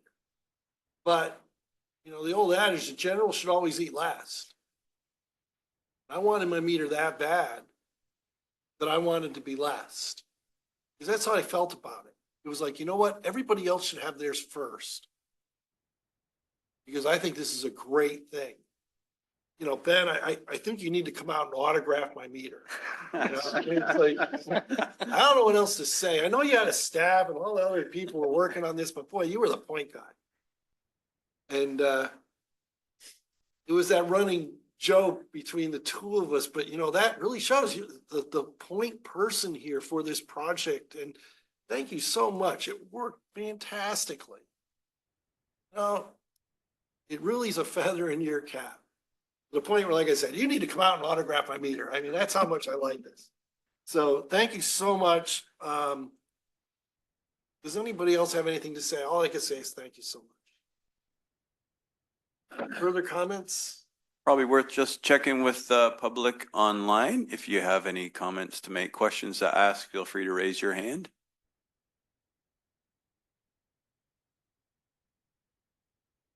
Hearing none, I think we have a motion already. We have one motion. I'll be happy to second. Now we have a second. Motion by Director Sethy, second by Director Akbari. Secretary, please call the roll. Directors Huang? Aye. Sethy? Aye. Weed?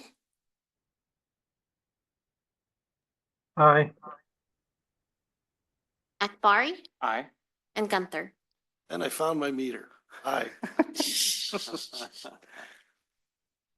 Well, thank you very much. And just to say, the AMI meters are, the signal is encrypted with the latest AES encryption from the endpoint all the way through to storage.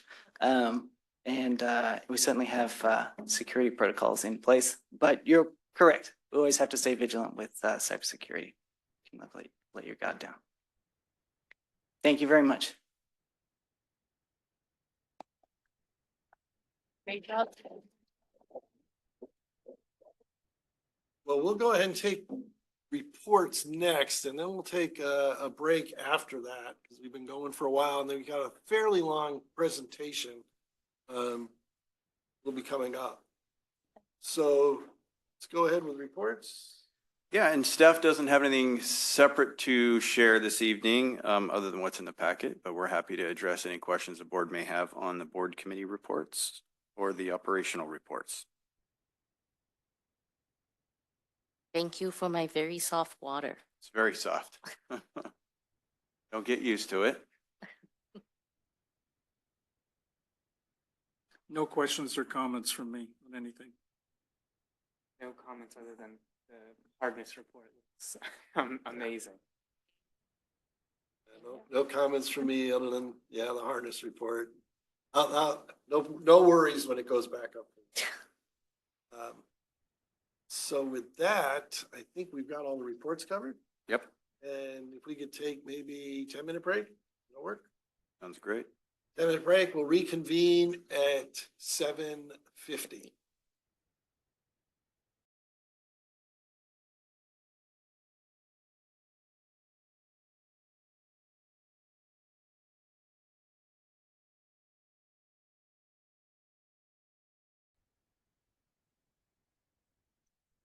Okay, we're back in session. A little bit longer, but we're back in session now, and we have a staff presentation, and I'm wondering if Director Wee could wave your hand if you're back or if you're up with us. Quiet. Go ahead.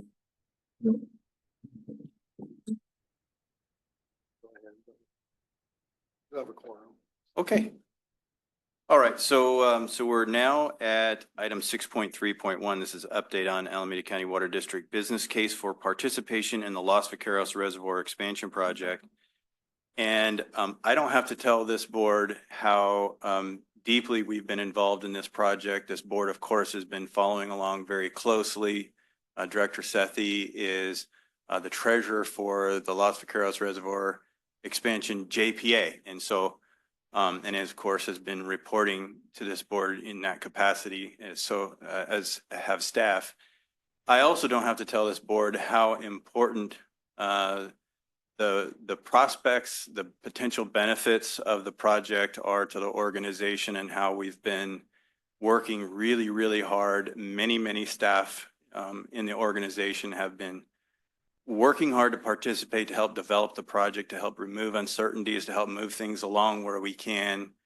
And it's been one of those key efforts for this organization. And we understand loud and clear that the business case for ACWD's participation will be the key thing for us to determine, to what extent we're involved, whether we're involved ultimately. And so that's been a singular focus for staff for a long time, is to, again, help move those issues along that are related to help define the business case. And then we have committed to this board to bring back updates on the business case as we move through the project. We're kind of at a really important time right now in project development. And we've also committed to our partners in the Los Vaqueros Reservoir expansion project to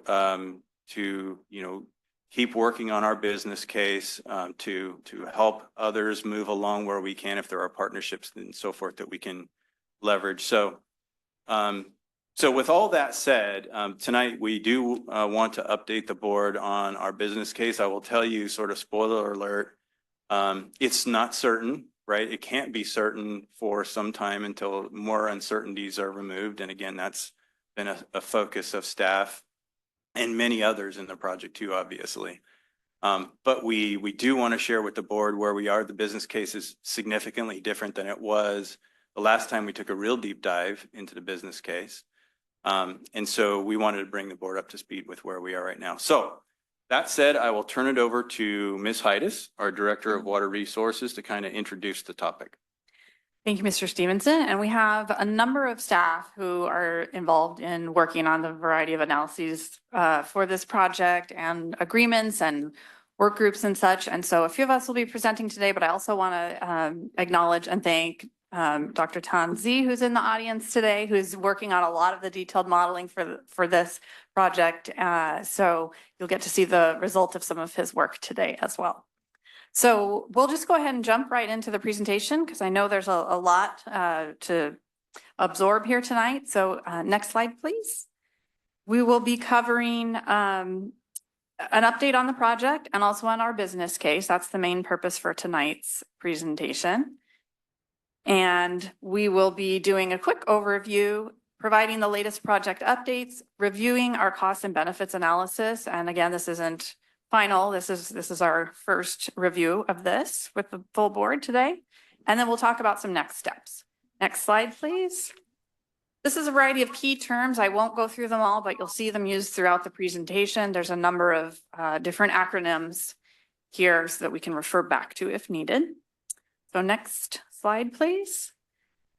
I believe many of us here are familiar with the project, but a brief overview. The Los Vaqueros Reservoir is owned and operated by Contra Costa Water District. It's an off-stream reservoir south of and adjacent to the Delta. It currently stores 160,000 acre feet, and the Los Vaqueros expansion project would expand that to 275,000 acre feet of storage, construct the Transfer Bethany pipeline, upgrade CCWD facilities, and there are multiple partners working on this, operating under a joint powers authority. Next slide, please. So just to kind of break down briefly, what does the project involve? Essentially, it's construction of an expanded dam to store more water at Los Vaqueros, a Transfer Bethany pipeline, which would connect Contra Costa Water District facilities to the California Aqueduct and the State Water Project system for regional conveyance. And it includes construction of improvements to Contra Costa pump stations and pipelines for project use. It allows the project partners to store water in the reservoir and to use the facilities to move water between the Delta, the reservoir, and into the California Aqueduct via the Transfer Bethany pipeline. Partners would fund, in proportion to capacity and benefits provided, the construction of the expanded reservoir and conveyance improvements to deliver water. And partners would also fund the operating costs in proportion to their use of facilities. So that's just a high flyover overview of what's involved in the project. Next slide, please. So a few operational concepts. There's a variety of ways that the new infrastructure and upgraded infrastructure could be used, but a few examples. Partners may coordinate with Contra Costa and the JPA to move their own water from the Delta into the CCWD system. That would use Contra Costa's own intakes from the Delta, and Contra Costa would have priority over use of their facilities as part of the project. Partners may also store surplus water or other water supplies for later use in the reservoir, as essentially for later uses such as operational optimization, drought, delta failure, banks pumping failure, et cetera, other types of restrictions on delta pumping. Specific note, stored water that goes into the reservoir must meet minimum water quality specifications. And partners with a share of the Transfer Bethany pipeline may move water from the delta directly, which we can refer to as sort of a direct transfer, or from storage in the reservoir into Bethany Reservoir for later use. For example, for us, it would come down the South Bay Aqueduct from there. So this is also subject to capacity of the Transfer Bethany pipeline and use by others. So these are just a few operational concepts to put out there that may help as we talk through some of the different things that we're considering through the project and the variety of factors involved. And so with that, I'm going to turn over the next slide to Mr. Jonathan Wunderlich, who is our Director of Finance, who's going to go over the latest project updates and schedule. Sure. So just some quick highlights on the current focus of efforts within the JPA of areas where we're concentrating, kind of the time and energy to move the project forward. So there are a number of key agreements that need to be developed. And the ones that we're really focused on right now are the facilities usage agreement with Contra Costa Water District. As you heard Ms. Heides explain, we rely on use of their existing infrastructure to bring water from the Delta into the reservoir. And so the terms and cost of those of our ability to use those facilities needs to be spelled out. And that's done in this facilities usage agreement. That's been progressing, and we actually have some upcoming meetings between Contra Costa and JPA representatives to really get into the details of that agreement. One of the other main agreements that we're working on right now is the contract for administration of public benefits. And what that means is the commitment we are making to the state in return for the funding they are contributing to the project. And primarily, that relates to the wildlife refuges and the terms of their participation and the types of facility access and guarantees they'll have in return for the state funding. There are also public benefits related to emergency water storage for the urban partners as well as recreation. So there are elements of that as well. And these are two of the critical agreements that need to be finalized before we can really consider entering into a service agreement, which is the long-term commitment to participate in the project and would spell out our overall level of buy-in and costs, as well as benefits provided through the project. We're also, the board recently approved amendment number 6 to the cost share agreement that spells out how each partner is contributing to the costs of these current planning efforts. And the technical work that the ACWD Water Resources team is doing, is ongoing to continue to try to better understand our business case and what our operations would look like. And really like to recognize a lot of great work from this team that's really been beneficial to many of the partners as we've engaged with the JPA and the modeling provided by the JPA. Next slide. So this is a quick overview of the current schedule. And in the gray toward the top are the partner agreements. I referenced the CCWD facilities usage agreement. There are many other partner agreements that are needed. I know that work is ongoing with CCWD, East Bay Mud, and other partners on a backstop plan. And what that is the assurances that are going to be provided to CCWD for how it can serve its customers while the reservoir is out of service during construction, because it is a backbone source or part of their system. There are a number of other agreements, and right now I mentioned the focus is on the facilities usage agreement, and the expectation is that as we're able to make some progress on that agreement, that we would expect to see progress being made on the other agreements thereafter. And then in the next section, there's a host of state and federal agreements. You'll hear a little bit more about some of them as we go through the presentation this evening.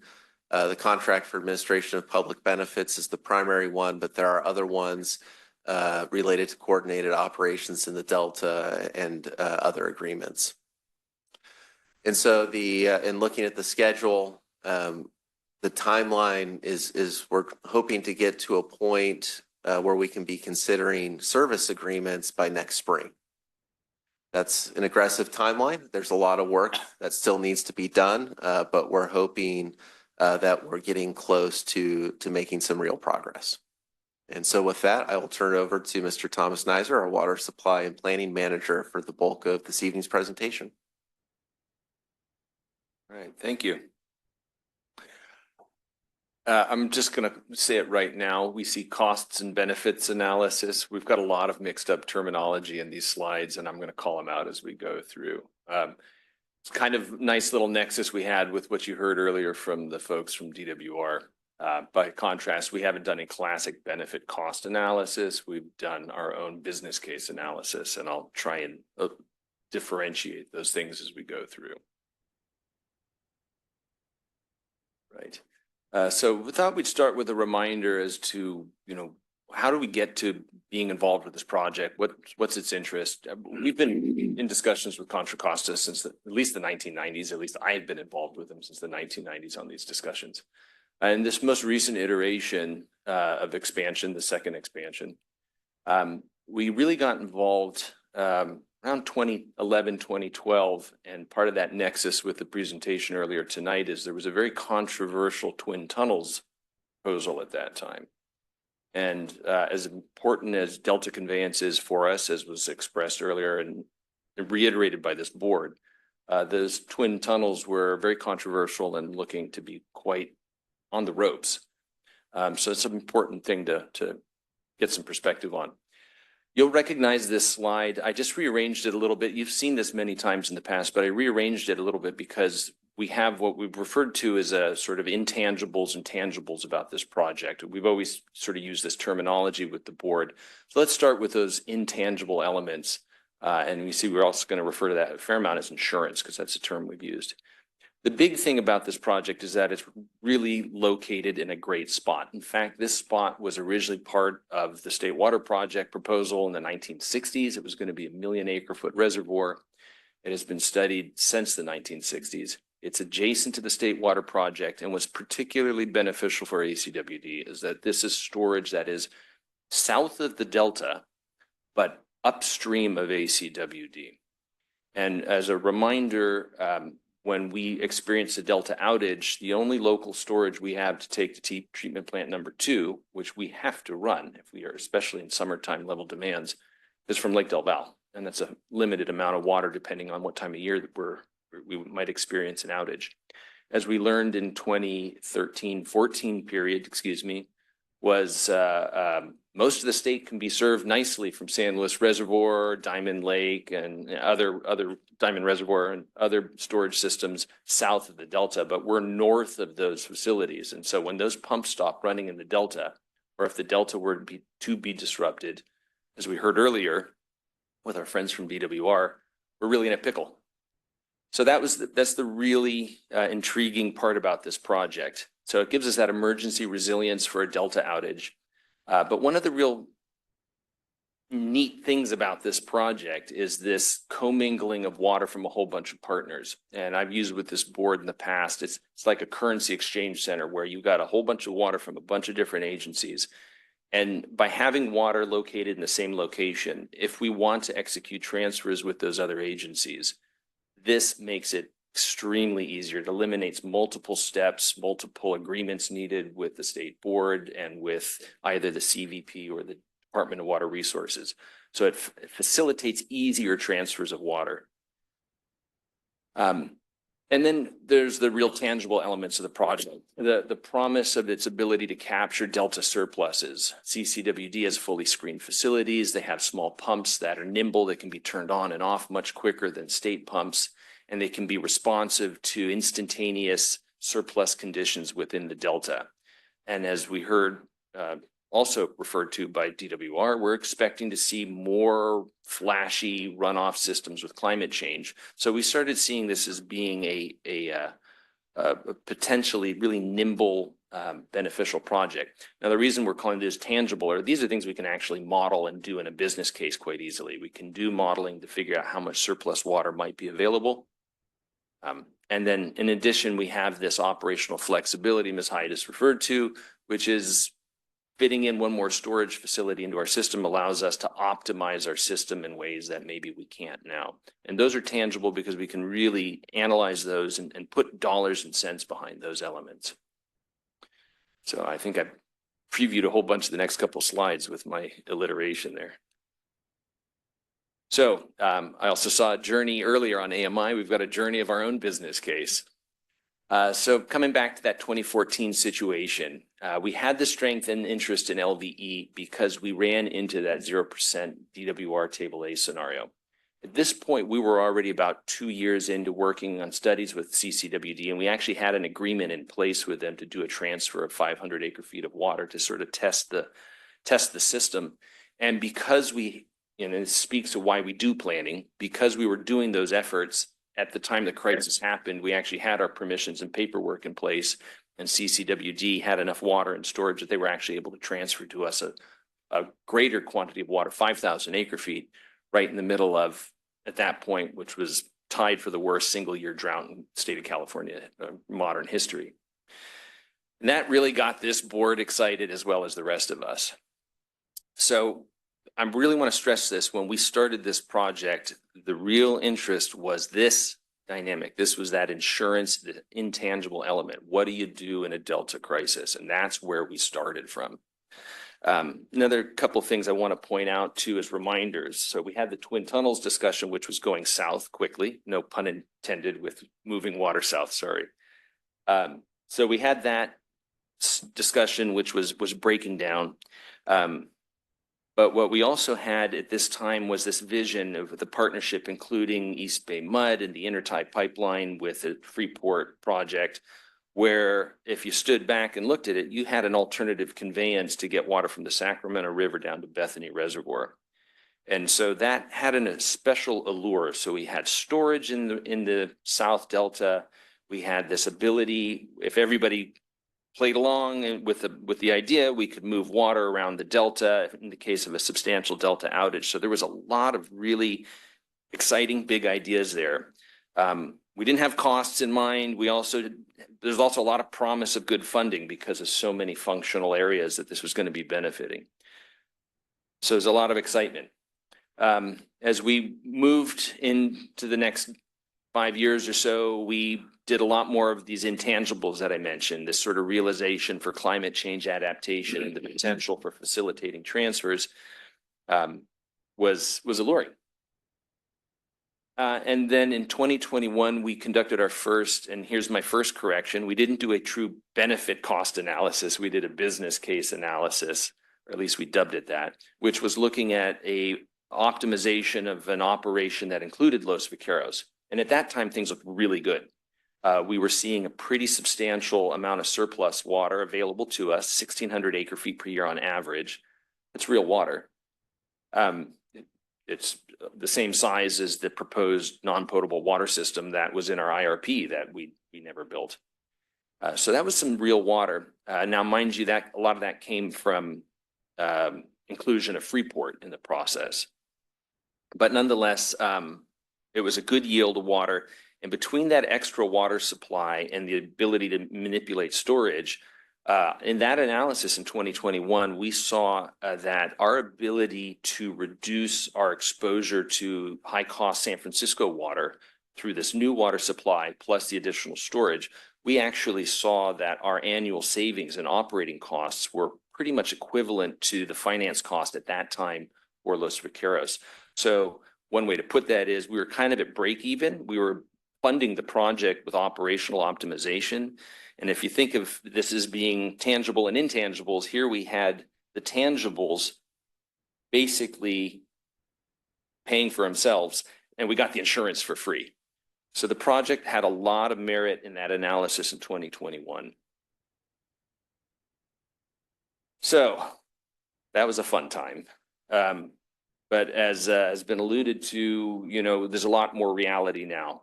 So from 2022 to the present, as Mr. Wunderlich mentioned, we've worked on a lot of new agreements. We've also done a lot of work on very granular modeling. Dr. Tanzi is here, has been leading up that riverware model that the board approved, and actually been leading the South Bay contractors as a group to do some very good modeling, a lot more granular modeling. And what that gets us to do is, you know, put a lot of reality into the operations. We also have a new operating permit in place. The incidental take permit has been issued, and we have one outstanding agreement still that I'll speak to in a moment. The net effect of all these things has been to reduce a lot of the benefits that we saw in the earlier sort of more high level modeling that was done back in 2021. And so we've seen a lot of reduction in the benefits, the direct tangible benefits that we previously saw. Some of those constraints that are limiting our ability to take more advantage of the project is first that Contra Costa Water District has a priority operation at all times. And because their diversion capacity has not been increased, we have to work within letting them do their work first, and then we get to work with what's left.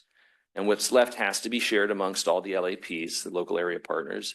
And that does include the refuges, which have a very substantial amount of priority during the excess periods, which restrains our ability to take advantage of a lot of the beneficial conditions that the project could be offering to us.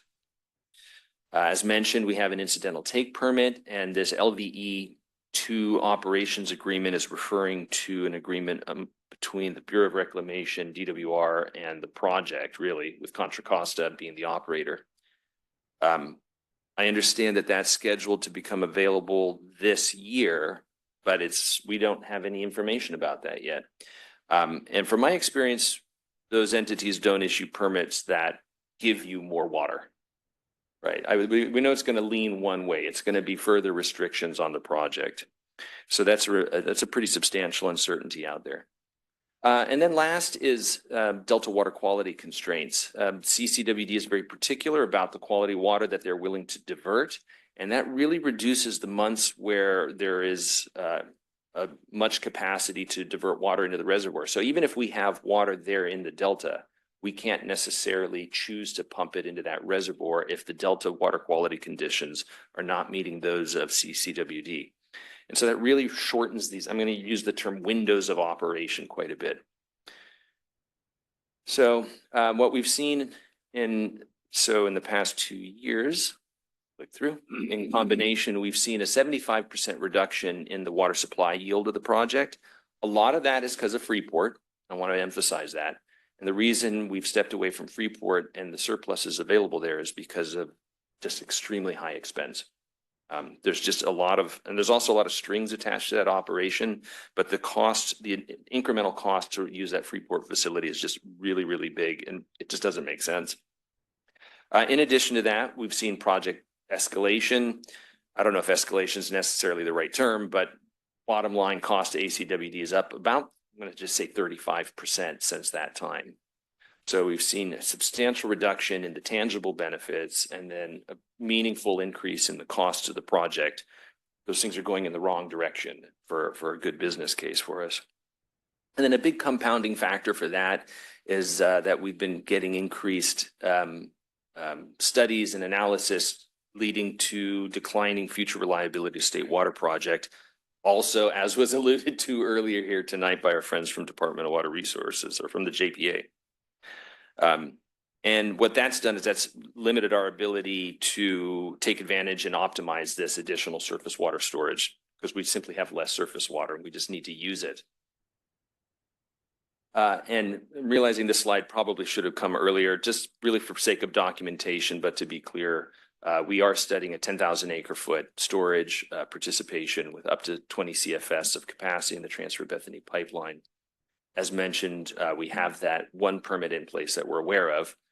And our modeling analysis has been focused on just optimization of our reliability portfolio with cost in mind. So how can we do better to meet drought needs? And then how can we optimize new supply from this project?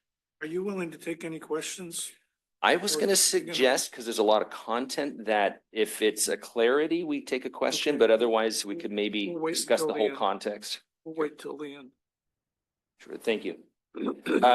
And I really want to emphasize that this does not consider the new state water use objectives, which are now in place. And what does that mean is every urban agency is going to have a higher efficiency, lower demand profile, including ACWD, but also the other partners. As I mentioned, there's a lot of competition for capacity. Well, if everybody's got less demands, including us, that's going to affect that dynamic. So that's a pretty significant new development that's come about in the past, just in the past year, this finalization of those. So, oh, no more animations. So the business case findings, kind of closing that gap between 2021 and the present, we're seeing less drought reliability benefit. Work done by Dr. Zia shows that, not including those water use efficiency objectives, mind you. So our previous demand forecast, we really only see about a 5% reduction in shortages for the 1 in 30-year drought. If the board recalls, we have a no more than 10% shortfall once in 30 years. And it does eliminate a single 10% drought scenario in a 100-year recurrence. So these are benefits, but they are much smaller than what we were seeing previously. But alluding back to the water use objectives, we're working on a revised forecast that has ACWD meeting those objectives, following direction from the board. And we see that the drought use objectives, the water use efficiency objectives are largely going to help ACWD meet drought reliability goals from our existing criteria of no more than 10% once in 30 years. So a lot is changing in the background. But putting this together as far as the next bullet here, that less ability to optimize and minimize San Francisco and the reduced yield. If you were to take a benefit cost approach where you take all the beneficial uses divided by the costs, we see this 75% reduction in a benefit, key benefit. We see a 35% increase in costs. That has the effect of pushing the benefit 80% down, or the ratio of benefits to cost. It's a huge shift from where we were in 2021. And I do need to emphasize that this is an ACWD analysis. This is not about the project for all other members. This is just about how it fits into our system and how it integrates with our existing supplies and infrastructure. So whereas in 2021, LVE appeared to pay for itself with those operational savings, we're not seeing that anymore. And so we're seeing this business case for this project really shift from being a balance of making financial sense plus having these intangibles, these new elements that are helpful for us, to really being focused more on these intangible elements and being more about, we call it insurance. You never want to buy too much insurance, right? You want to make sure you're buying the right level of insurance. What is that insurance worth is really becomes more emphasized now that we've seen so much reduction in the tangible components of this project. One caveat is that our business case approach is very conservative. So we're analyzing this at full build out. So everybody's at maximum demands. We're seeing sea level rise and delta conditions for what, we're 30 years into the future. What year are we? Yeah, 30 years into the future. So it's not today's conditions. If we were to do a more sort of net present value approach and show the progress of this project, we might show some more benefits in the near term, and then that changes with time. We just went straight to the build out conditions and look how things would be operating at that time for our analysis. So it's conservative in that sense, but the conservatism has a very low risk. If we show a positive business case with a very conservative analysis, we would have high confidence that the project makes sense. My point here is that we could analyze this in some other fashions, but you're starting to really sharpen the pencil to try and get a tighter result in a situation where we're maybe quite far from having a good business case. These are the things that keep me up at night, quite literally. The focused uncertainties on this project. This is my personal, this isn't the comprehensive list, but the one that's really bothersome to me is the uncertainty of climate change and its impacts on Delta water quality. We know that as the sea rises, it's going to push salt into the Delta, and we're going to have to fight that harder with either more freshwater releases, which decreases our available supply, or we're going to have to compromise or work with other conveyance mechanisms in the Delta that show that that salinity is not going to impact us as much. As I mentioned, we have these operational windows. With more salt in the Delta, those operational windows for ACWD will be changing. There's a couple caveats here, caveats. We don't really know how we're going to operate 20, 30 years from now. We don't know if we're going to have conveyance. We don't even know quite how much sea level we're going to have. We don't know what other changes might be made in the Delta to deal with changing water quality conditions. So all we can really do is sort of look at it through the lens of how we operate currently and make best guesses as to how things may operate in the future. The other thing about about climate change is that, as we mentioned, there's going to be less snowpack. We do expect periods of higher intensity rainfall. And just like we heard earlier today, that if the tunnels were in place, tunnel singular, a different diversion point, the Sacramento River diversions could have been had this last year. So while we have a low table A, there were periods of surplus. And if you had appropriate points of diversion, you could get more water, more surplus. We expect that to happen, and that gets back to that climate adaptation concept of Los Vaqueros as being that flat, more nimble system. But the bottom line of this is that this project, in my opinion, is very highly sensitive to climate change. Could be good, could be bad. We don't know, but that's a high sensitivity on an area that we just don't have a lot of science on still. And then the next, as I mentioned, is we have one outstanding operations agreement with the Bureau and DWR, and hopefully we'll have more clarity on that within the next 4 months or so. But it's not going to push in our favor. It's just, we can accept that.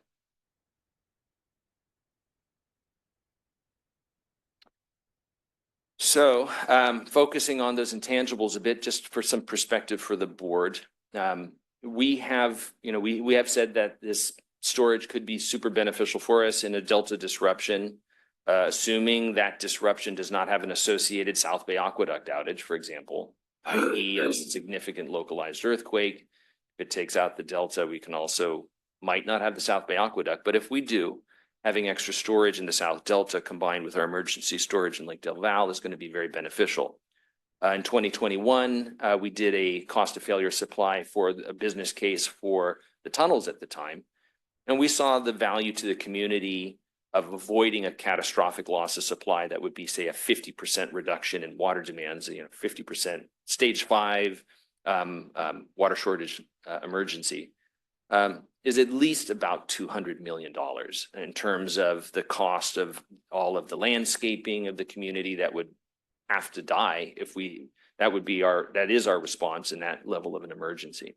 So just the landscaping alone and a small portion of the local economy, we sort of, did just a back of envelope guesstimate and a working number of on the order of $200 million.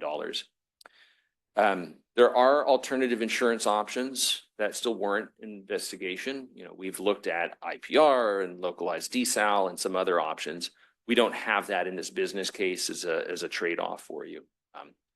We have studied those in the past. The board's seen them multiple times, and they are going to be getting studied in the next few months as we're doing the water supply master plan update. And then the remaining intangibles about those ease of transfers are pretty hard to speculate and put a price tag on. They're sort of nice to have elements. They're not as easy to sort of hang an argument on.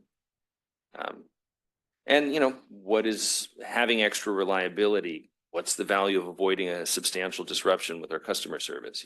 So there's a value to that. What is it? Included, I'm not going to spend any time on this unless you have a question, but included here is just an update of that cost of failure supply. It still needs a modeling update, frankly, because it's not reflective of all of the changes of our demands and our other water supplies. But this breaks down the assumptions that were included in that number and updated from 2011. So the takeaways of our current analysis are that with increased LVE project costs, lower ACWD projected water demands, and expected LVE operating conditions, ACWD's LVE business case may no longer pencil out as an operational cost savings. There is a lot of uncertainty, and there's other ways to look at this, as I mentioned. LVE does present opportunities for water exchanges, which are difficult to place a value on, as I mentioned. It's those intangibles. And one final thing is that ACWD is very vulnerable to a Delta outage. We always have been. We've always known this. And having access to accessible south of Delta storage has long been seen as the solution. But there are other options. And we will be certainly looking at those in the Water Resources Master Plan, even though those timelines don't fully overlap with a decision process on this particular project. So with that, Director Sethy, I'll start with you. We could take some questions. In thinking about it, I think I'm going to go last this evening because I'm representing this agency and board on the LVE board. And I don't want to throw my weight around here. I'd rather listen to the input from the other directors and staff. Director Weed's got his hand up, and we'll go ahead and start with Director Weed. All right, thank you. I've been fairly vocal on this project in the past, but let me, a little bit of history. I was originally informed by the former general manager, Jerry Brown, that we had three options. A Bethany transfer pipeline only, a Bethany transfer pipeline with operational storage, or a third dedicated storage, and along with the pipeline, the whole enchilada. When it came to the board, we were not given those three options. However, later, Valley Water District was presented those three options.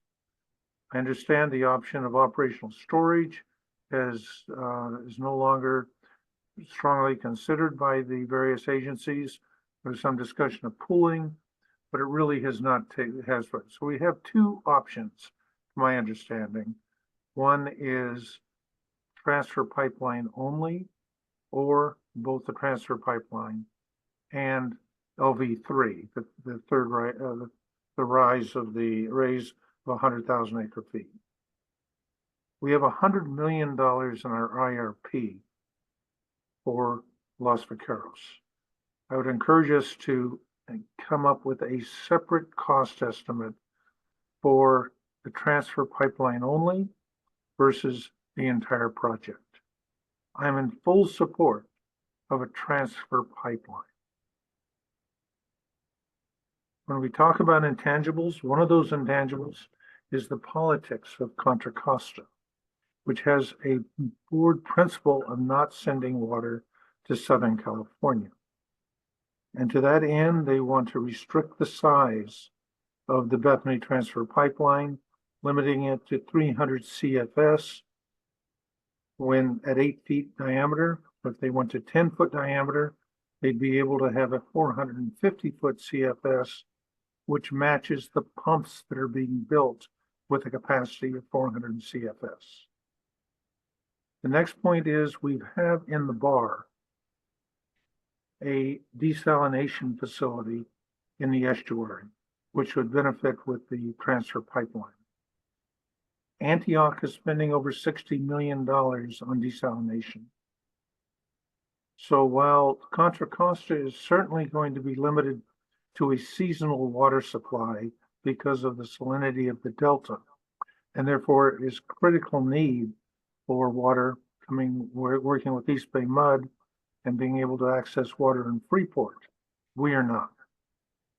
The next point is the limited storage and benefits from Los Vaqueros storage can be easily replicated at a very minor comparative cost with reoperation of Del Valle Reservoir, which is already built, plumbed, and paid for.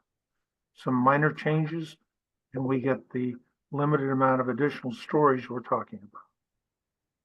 So for those reasons, I would encourage us to continue the analysis and looks and evaluate a transfer pipeline only participation going forward.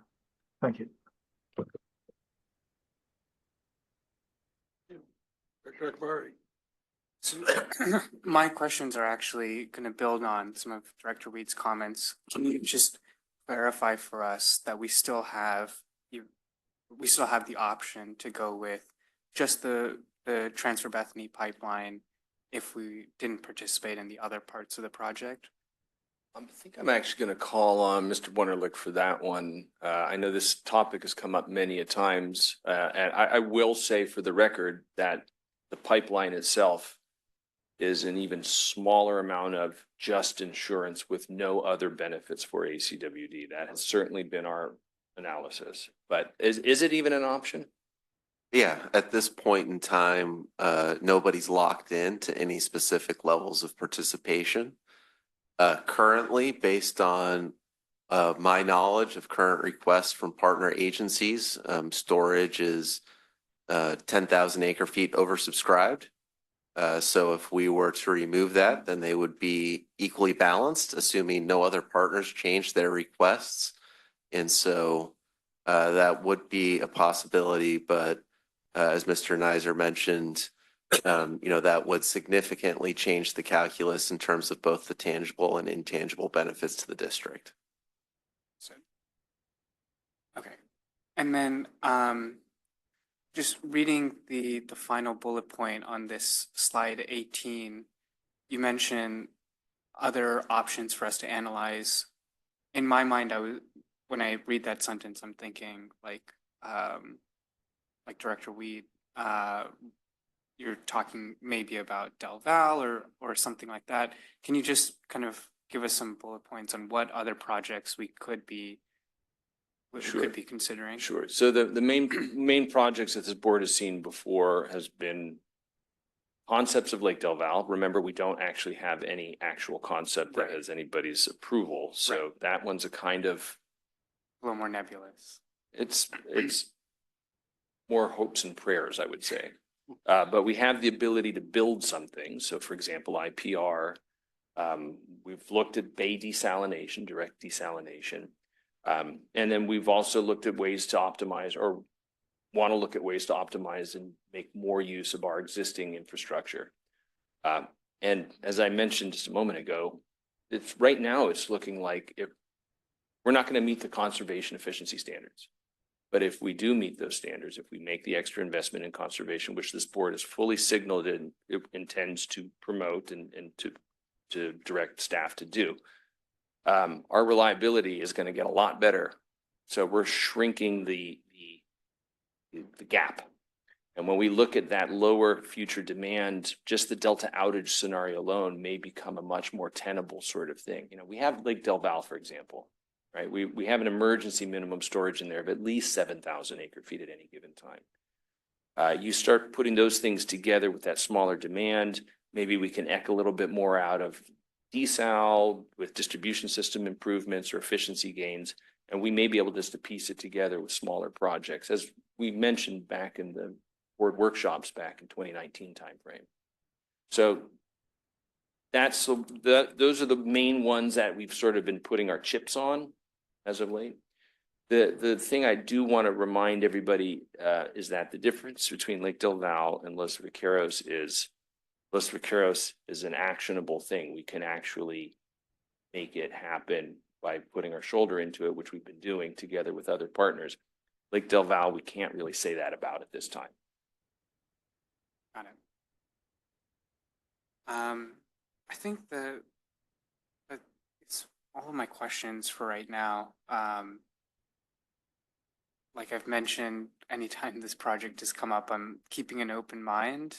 Obviously, this is kind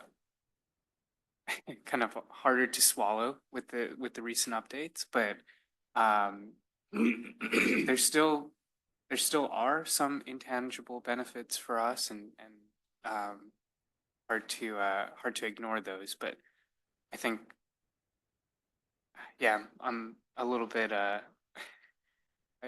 little bit kind of, still considering the options right now. So appreciate the update, and I'm sure I'll have more comments later.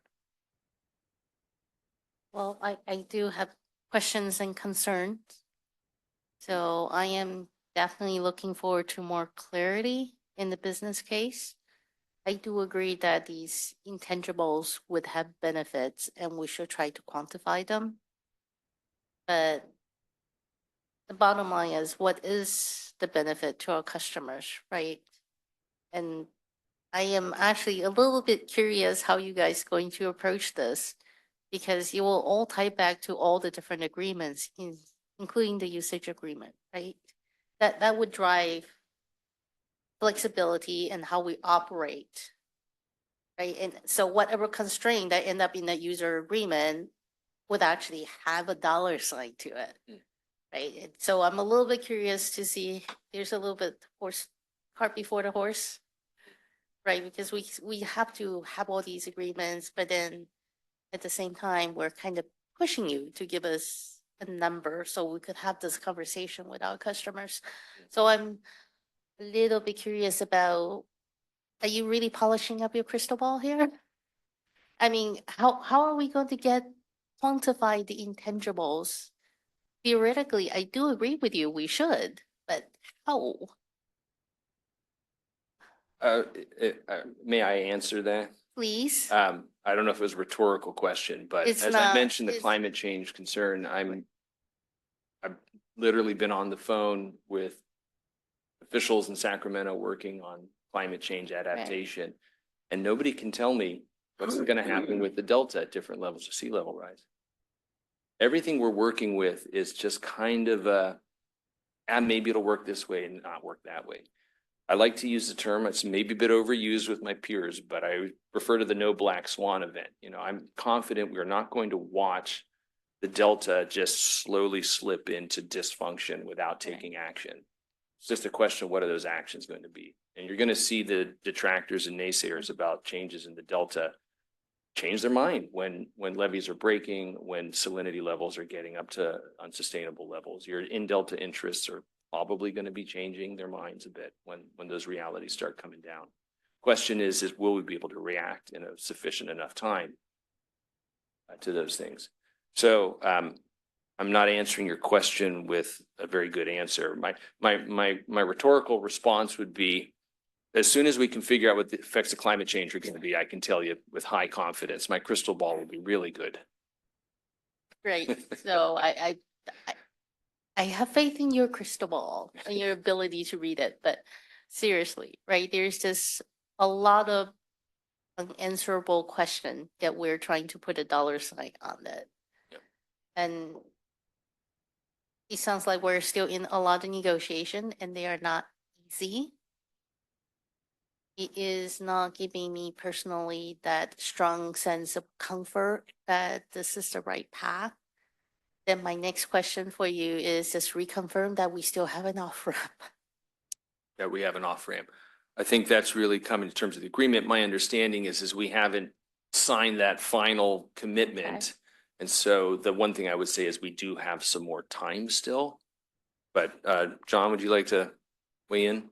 Yeah, so I think, the basic, I think, kind of suggestion from staff this evening is we should stay engaged and with the project and see if we can find ways to work with the partners and, maximize the benefits available to the partners, including ACWD. But we're not formally committed until we sign a service agreement. I guess I'm just a little bit worried that there are all these unknowns. I know staff is working really, really hard to try to resolve these issues. But all we get so far is more and more challenges that we need to resolve and bigger price tag. I am worried. At the last point, back to what Director Akbari has said, and Director Wee has also championed this concept of transfer Bethany, right?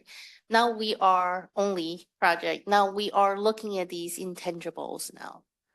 is it worth another look? And if we take another look, what would it look like? Would it pencil out different? Of just the pipeline? Just the pipeline, or would the same constraints still stay and we still would receive very minimal benefit? So, as I've presented to this board in the past, we've Right. never seen any benefit from the pipeline only. Right, I saw that. Primarily because the reservoir, one of the main benefits of the reservoir is to capture surpluses. And Okay. surpluses have to be put to storage. That's sort of the definition of a surplus water right, is it has to be diverted to storage. So surpluses are declining.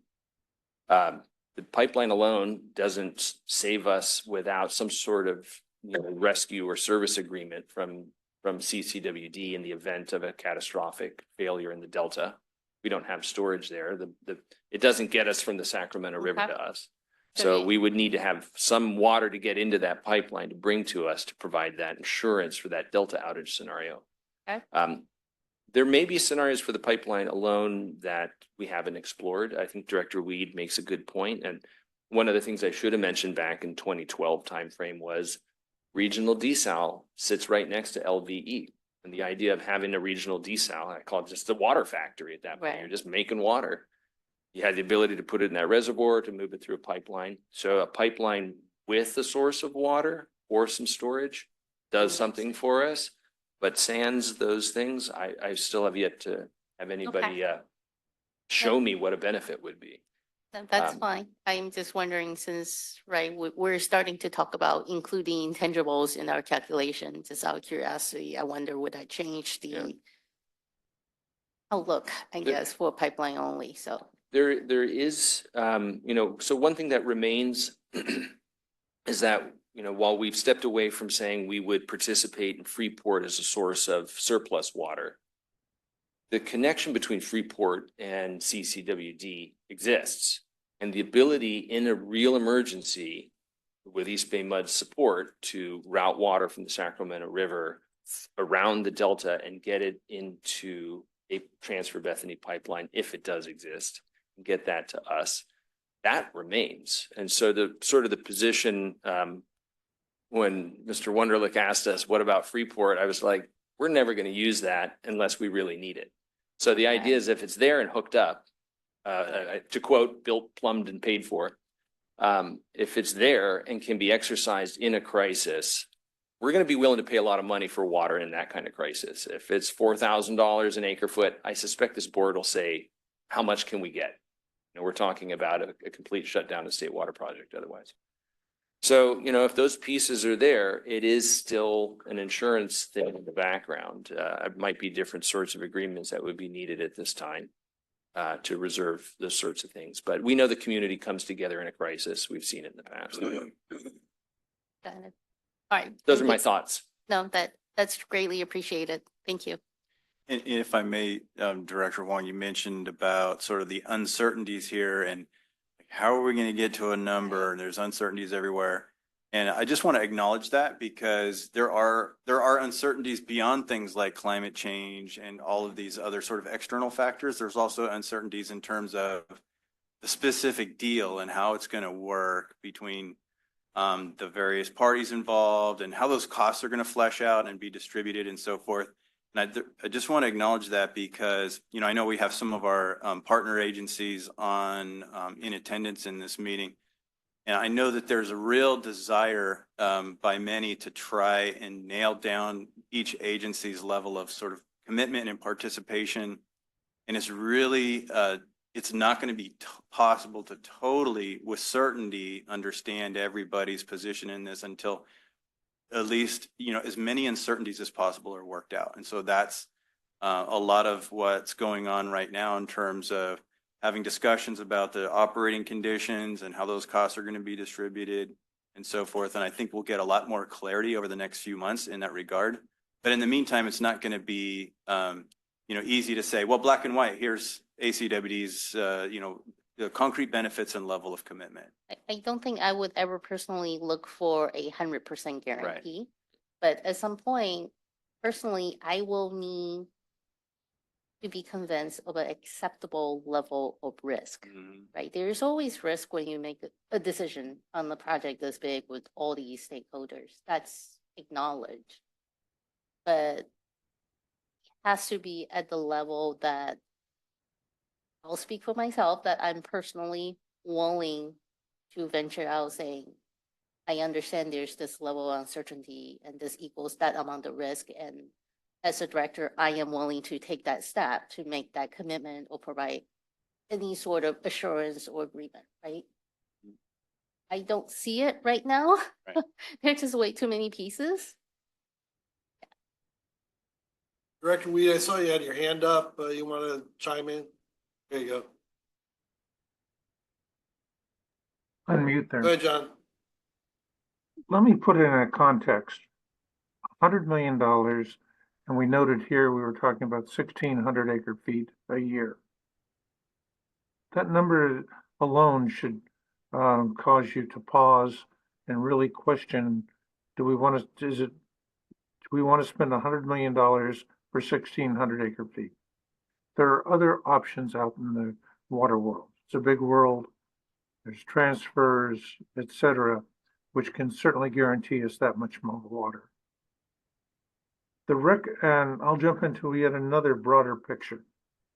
The original water plan, which Thomas Neisser mentioned in the beginning, going back to the 1960s, envisioned a 1 million acre foot reservoir at Los Vaqueros.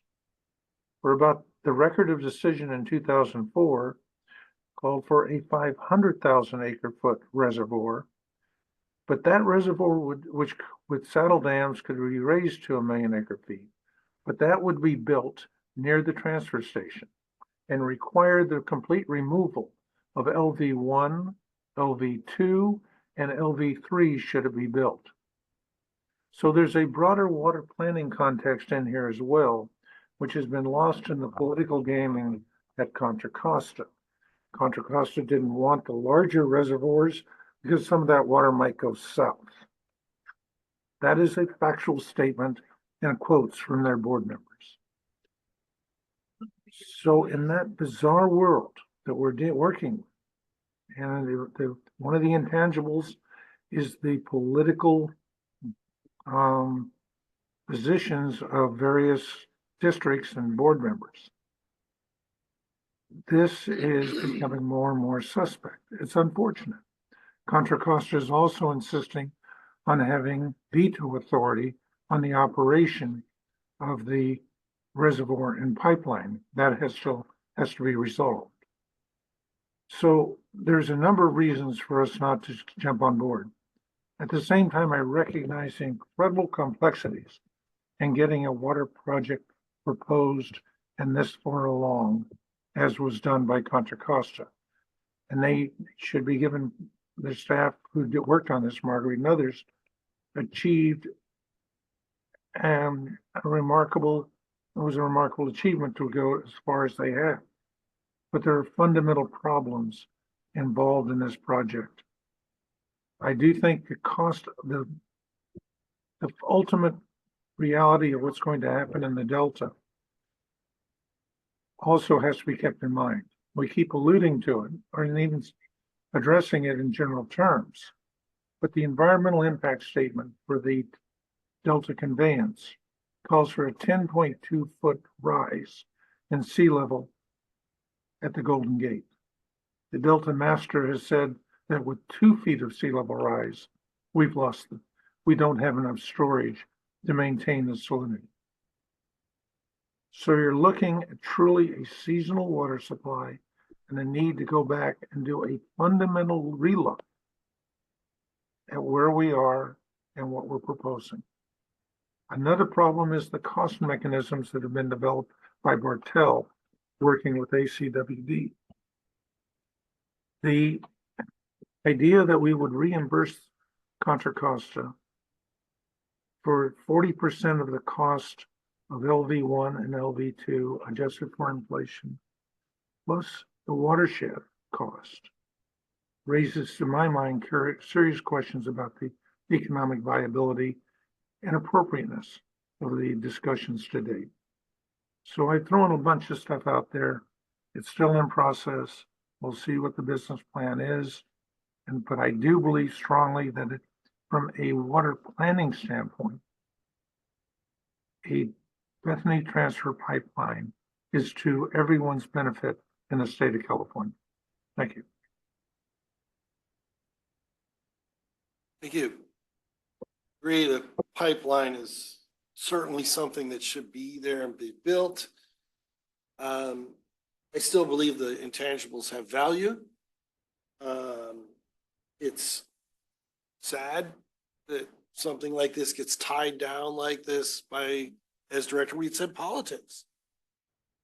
That's the reality of California water is, what we think we should do here doesn't translate outside of here.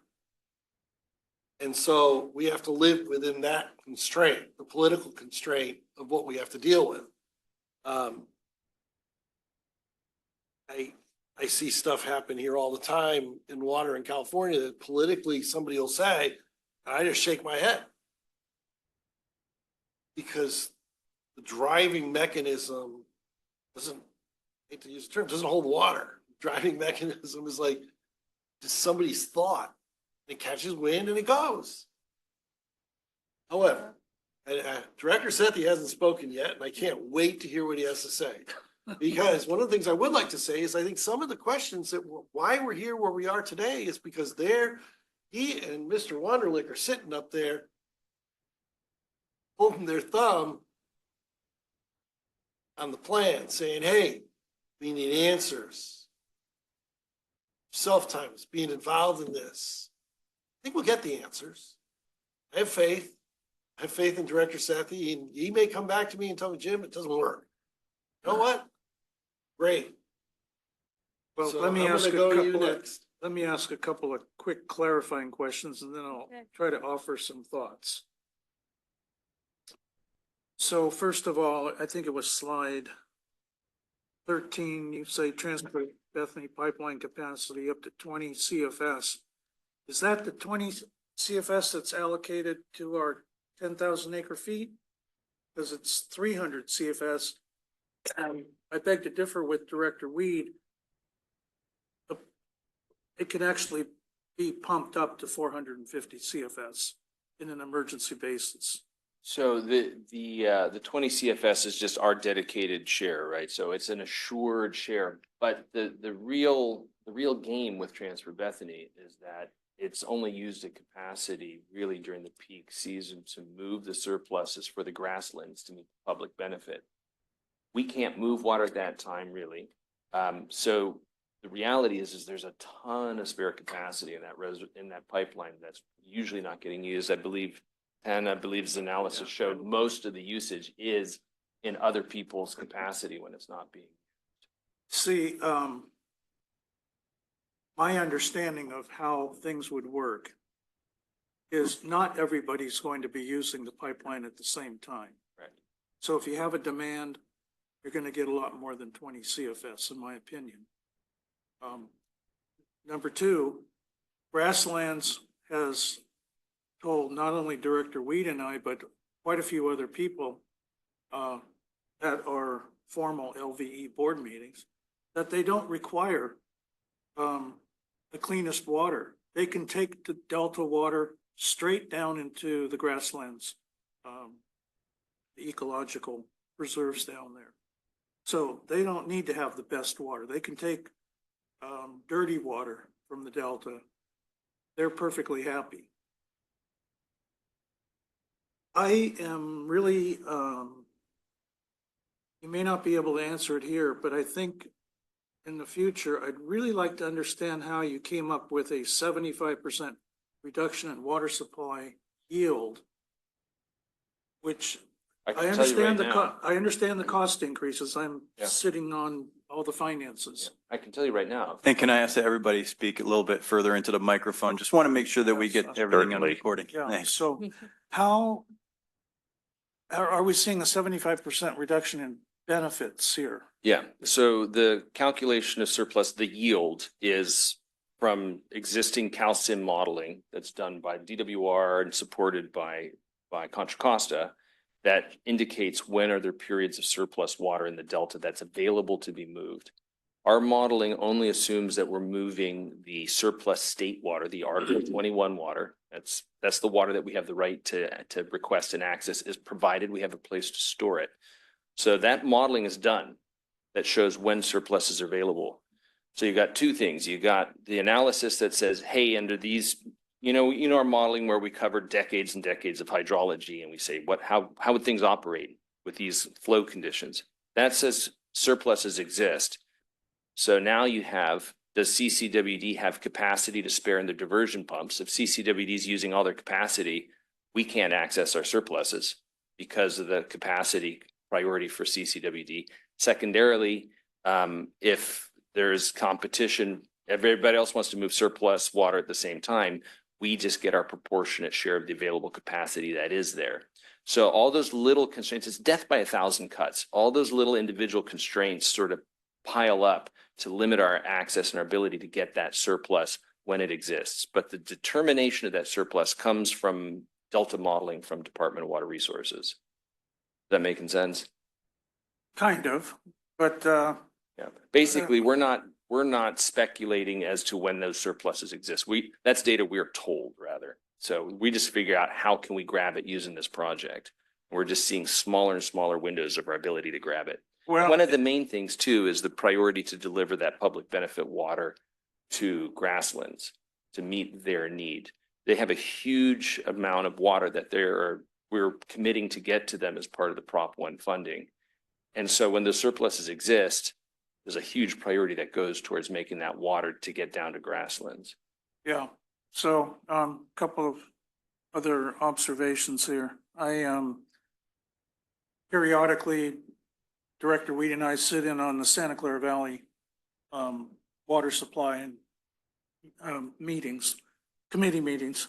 And I believe that in the last presentation, originally they wanted 30,000 acre feet on their allocation. Storage, 50, yeah. Or 50, then they dropped it down to 20, I believe. They dropped it down Where are they now? sufficiently that we are now at equal 160,000 acre feet among all demands from agencies. Is that right? I know that Valley Water and SFPUC have each dropped their requests. The last I remember seeing, the cumulative requests were still 10,000 above the available 115,000 of additional storage capacity. Yeah, and I think I saw that we're now balanced. Okay. We have to double check. So if we had 10,000 acre feet, it still seems to me, my opinion, that if you need 1,600 acre feet of water with escalating prices on Hetch Hetchy water, that it still might make economic sense. Yeah. Just, Yeah, and that's what we used to see. yeah. Okay, let me You offer. could basically do that math, 1,600 acre feet, and that's per year of new water supply times roughly $2,500 an acre foot for San Francisco was about $4 million. Yeah, That was what we were looking at to pay for this project before. so So that water at a low cost was offsetting a proportionate amount of PUC purchase. let me offer some top-down thoughts. And I see we have our executive director from our JPA online. So maybe she might want to add to what I have to say, but Director Weed and I attended a lot of the California Water Commission meetings after Prop 1 was passed. And I think it gets lost in the weeds, but I think it's very important to me as a taxpayer, as a citizen of California, that the billions of dollars that was passed, the $10 billion bond, and that was allocated towards storage was for the California public benefits, the ecosystem and environmental benefits. It was not to pay for the construction of a new reservoir. And so I think that the ecosystem and environmental benefits are being lost, and I don't see them being addressed here. But I think as a participating agency, we are buying in and helping to fund our share of the public benefits. And the California Water Commission decided this was one of the two most important storage projects in California, the other being sites. And so from a global California perspective, you can see the importance that our citizens and our citizens' representatives on the California Water Commission, how much importance they've placed on this new redesigned reservoir and system. Number two, I think we need to take a look really long-term when we do a return on investment analysis. And by that, I mean, we need to look through the end of the century. I don't like these 30-year analyses that are based on the bonds that are being issued, because once this is rebuilt, your benefits are going to extend over perhaps 100 years. And so we need to amortize the investment that we're making today over the 100 years, not the 30 years. And I've even told Santa Clara that on some of their projects where I've had a chance to offer my opinion.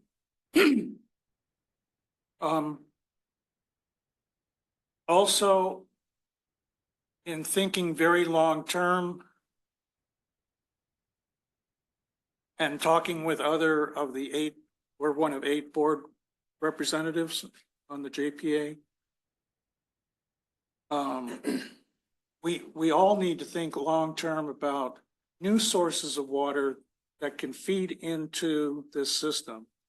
So the brackish water desal plant that's out in Antioch, there have been proposals for Sassoon Bay, where we could double, triple, quadruple production, at least 100 million gallons a day right now, MGD. So if you can take water from Freeport and bring it through the East Bay mud facilities down into Contra Costa, that benefits us all as a region.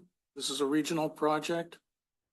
And we need to consider those I would consider not intangible benefits, but tangible benefits that could accrue to the project in the future.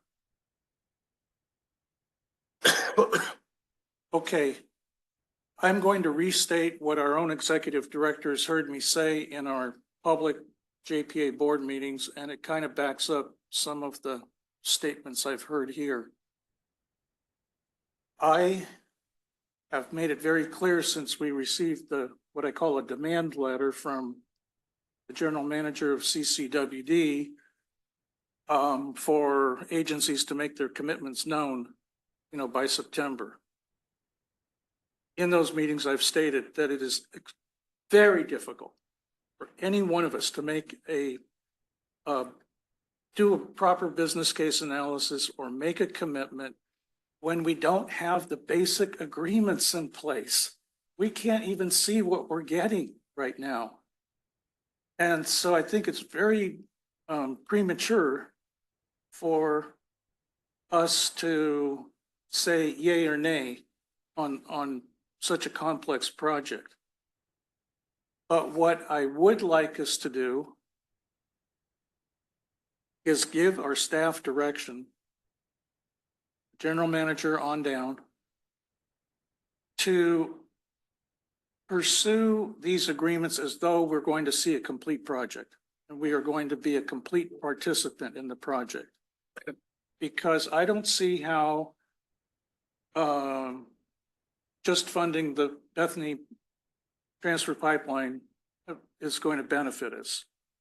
We need storage. We need emergency storage for the future.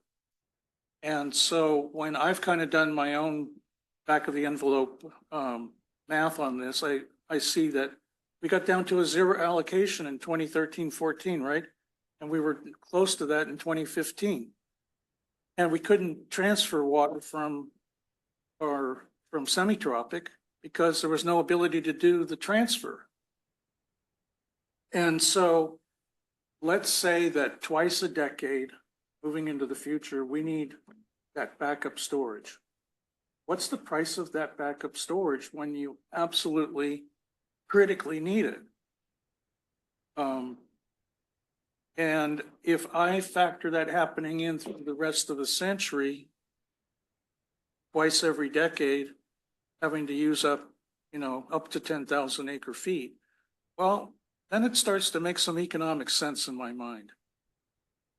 And just on what we're getting out of storage, let alone the other intangible benefits and the ecosystem benefits. Next point. California Water Commission awarded, I'm just going to ballpark the numbers here, $500 million. We have money that we've lobbied for from our state and federal legislators to get bipartisan infrastructure money, WIN Act money. We're going to have the ability to go out for a low interest rate WIFIA loan through EPA. There are a lot of funding mechanisms that come into play and are coming into play right now that where you can see this project can get done. It will be funded. So it's up to each one of our own agencies to make a determination as to whether we are going to participate. And we have two participants that are not paying for the construction of the dam. Wetlands is not paying for it, and neither is Contra Costa Water District, which really concerns me, that there's no participation on their end. What they effectively are doing is repaying their ratepayers for having constructed the dam in the first place. And their debt ratio right now is sky high compared to where ours is. And we did a comparison of all of the agencies around the Bay Area, and we're, in terms of our debt ratio, we're in the best position. So we have, you can see this project coming to fruition, but what I have said in our JPA meetings is that we need all 6 funding players to participate. If you have 1 or 2 people drop out, you're not going to have a project. And that's why I fail to see why Contra Costa Water District themselves is not trying to offer more incentive for the 6 people to stick together as a funding mechanism, a funding team.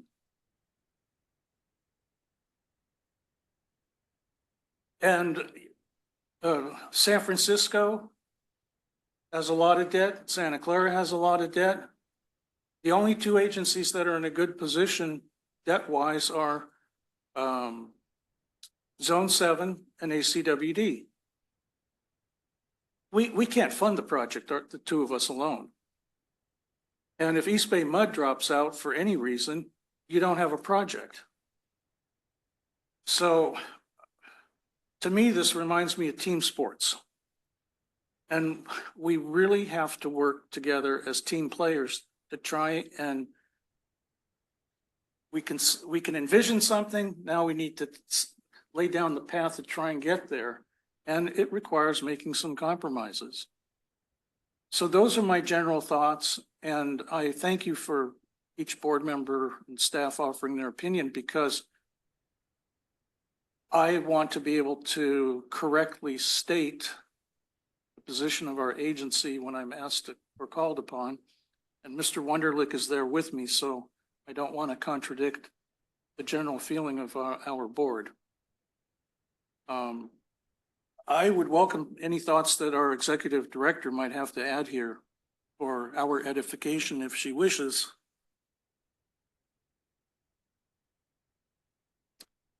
So Ms. Ravazzini, the floor has been thrown to you, and I see your hand up.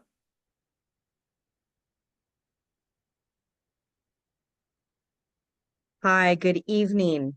Um, I'm not sure how my video is going to be because I'm not in the best spot. I can try it, but I might be very dark. Is it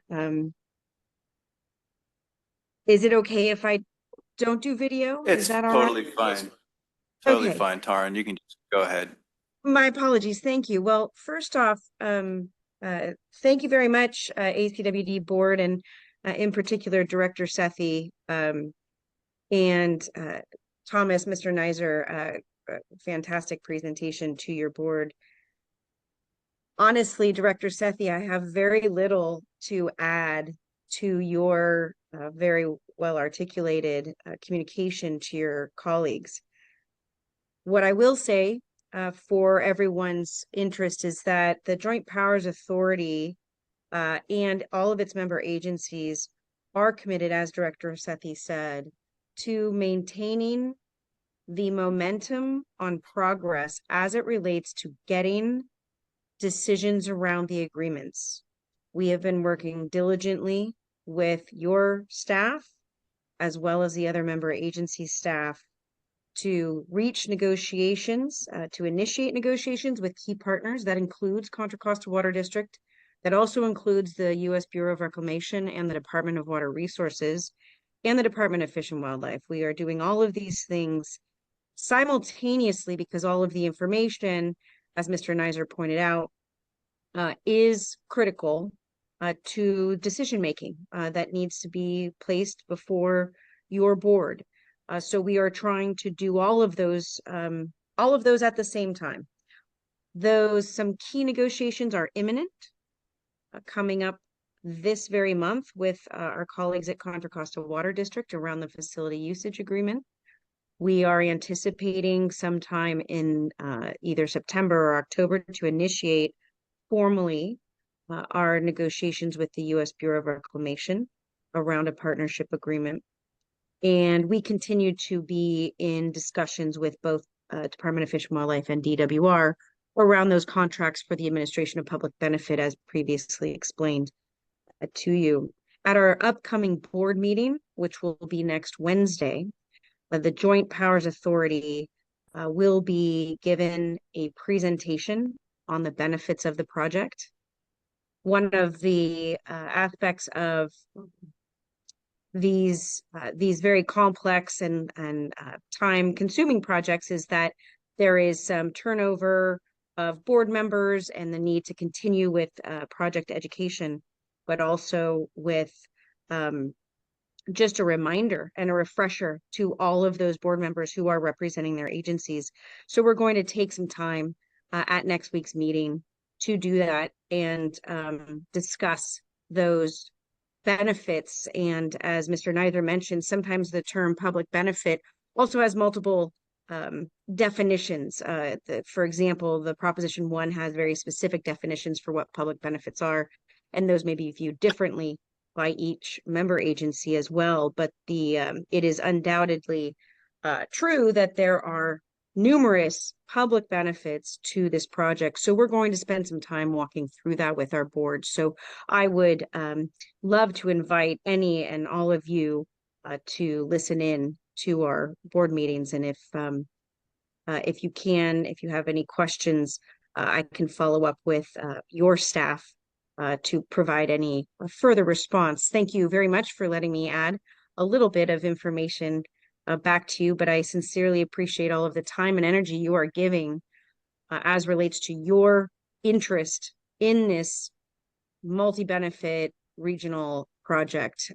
It has been and continues to be very worthwhile for my time and that of the staff that are providing support to you all on that. So thank you for your time this evening. Thank you.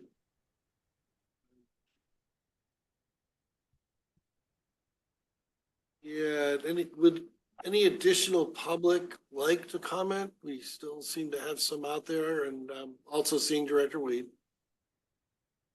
All right, well, thank you. The Bureau of Reclamation may be the savior of this project. They were with sites.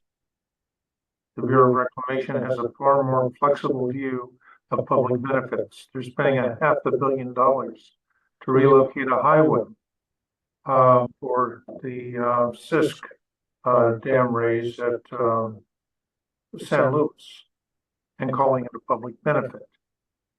So, and the real concern over the delta and the impact of the sea level rise on the Bureau of Reclamation, I think has been recognized. They have some really deep pockets.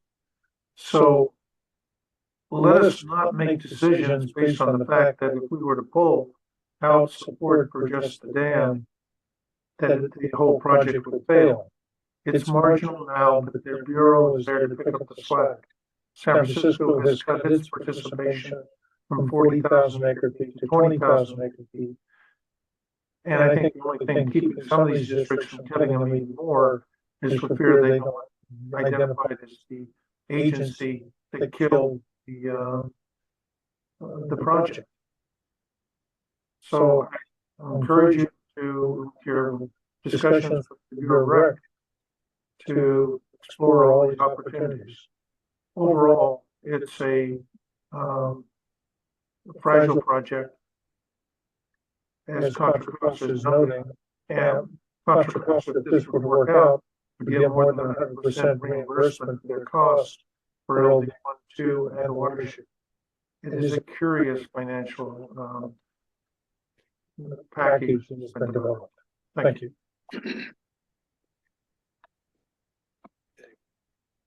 All right, any further comments? Okay, hearing none, I do agree with Director Sethy. Yes, it's hard, and we have to keep it together. There's so many intangibles, but we still have to keep it together. For the record, there is one additional slide to this presentation. You already know what's on that slide, but we should probably just put it up for the record. And that is next steps. And so I believe the board is very, very much familiar with what those next steps are going to be. I'd like to thank Mr. Nizer for all the work. Certainly Director Sethy and Mr. Wunderlich for all their work. Try to have a good night's sleep tonight. I'm going to. Project. Actually, if I may, Director Gunther, to Director Sethy's point and what we also heard from Taran, the one thing you've all heard me say a million times is if we were one region and one agency, this thing would have been built years ago. And to me, that's been my sort of North Star on this through the whole time. It's like there's value in this project. It's just the equitable sharing and how we, you know, the economics of a shared resource are so challenging. But if it's at all helpful, I think it's speaking exactly to what Director Sethy's point is this is a valuable project. We just got to figure out how to make it work. I'm not saying that the district needs to break its back and its customers need to carry an undue burden to see that happen. But anyway, it's helpful for me to remember that. I see a customer. Yes, we see a customer with his hand up. Go ahead, Mr. Nishimura. Yeah, thank you, President Gunther. I don't really have any prepared comments, and I think it's pretty much piling on to what has been said. And yes, I think, you know, I am disappointed that, you know, the human nature of tribalism has, you know, prevented the cooperation that's required to come up with a regional solution that, you know, to a regional problem. At the same time, you know, I do commend the board and the staff for, you know, always keeping a sharp pencil and a critical eye towards these kinds of projects, right? And to make sure that, you know, despite what should be, as someone just said, a very straightforward regional project that due to unforeseen and or unexpected changes in the underlying parameters, it doesn't make sense for the district. So, you know, I do commend the staff for bringing this to the board and keeping the customer's interests, you know, front and center. I do hope, you know, as a customer and, you know, somebody who values reliable water supply, that the the regional water districts can come together and find a solution, right? And it may be LVE, maybe something else. So I do, wish that, the water districts, evaluate the different options and keep an open mind and try to come up with a solution that works for all and is economically palatable. Thank you very much. Thank you. Well, does staff have what they need? Yeah, we just wanted to share just a little bit of information. We appreciate the sharing of the information. I think that's it then, for this item. That's it for this item. I really appreciate everybody's participation and your stamina. Thank you, Mr. Nizer. General Manager's reports. Yeah, well, we do have a couple of quick items. First of all, I'll turn it over to Mr. Wunderlich, who has not one, but two items to report. All right, good evening. So the national, all right, so the Achievement of Excellence in Procurement program, which is put on by the National Procurement Institute, is designed to recognize organizational excellence in public procurement. And this prestigious annual award is earned by those organizations that demonstrate excellence by obtaining a high score based on criteria designed to measure innovation, professionalism, productivity, e-procurement, and leadership attributes of the procurement organization. And so I'm pleased to announce that the district was recognized with this award for the prior year, and we're one of about 200 public organizations within the country that earned this. Right. So a big, big recognition to our group of dedicated purchasing professionals.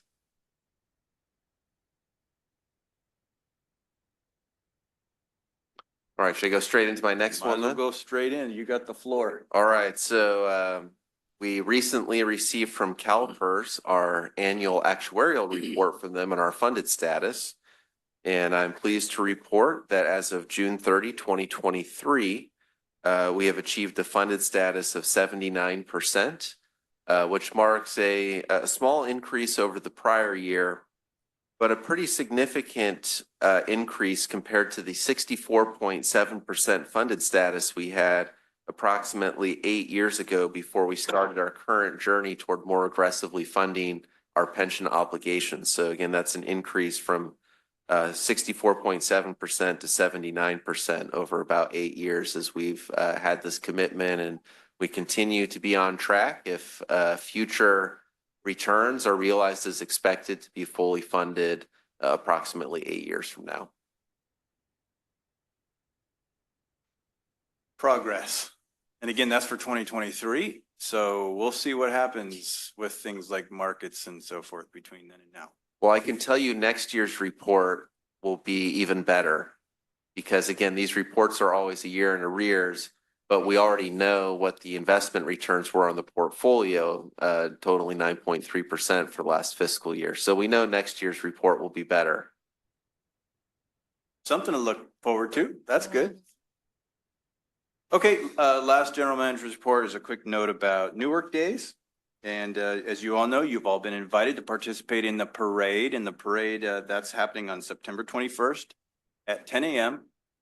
And the theme is Let the Games Begin. And we will be at the staging ground and with our vehicle decorated and ready to step off in the parade at 9:30 a.m. You are all VIPs and you're invited to the VIP breakfast, which begins at 8 a.m. And if you'd like to join in the parade, just be at the ACWD vehicle at 9:30, and we'd love to have you. We'll also be we'll have a booth at the information fair the following day on Sunday. So that concludes my general manager's reports. Okay. Director comments, reports. Director Weed, we have you listed for comments on the June 10th to 13th American Waterworks Association Conference. Are you available to comment on that? I don't know that I'm on anymore.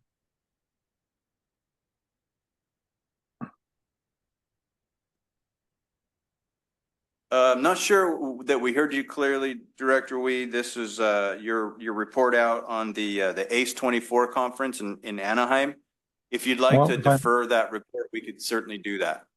Please defer. I think I'm losing my communication. Okay, yeah, we'll defer that. Thank you. Thank you, John. Director Sethy. Yeah, you know, I'm gonna try to pull a couple things together here. And I've already told our general manager this. So in my trip up to the Region 2 conference in Paradise, Region 3 and 4 now up in Roseville, and having gone on the recent Headwaters tour, I have had a singular mission in mind. So I've been through these watersheds a lot on my own and on as part of groups in my travels over the years. And I have specifically been trying to learn what each of these water agencies are doing to protect their watersheds. So some years back, I spent a couple of days with Nevada Irrigation District, which starts in Nevada City, goes all the way to the California-Nevada border. They have like 265,000 acres of watershed they're protecting. And then was learning from Paradise Irrigation District what they were doing pre and post campfire. Yuba watershed, Placer County Water Agency, and some others that are proactively coming up with ways of trying to manage their watersheds. Part of the problem that we've had over many decades, really originating in the 1960s with lawsuits from primarily the Sierra Club. We've lost all of our lumber mills in California. We used to have 120. Now we're down to 6.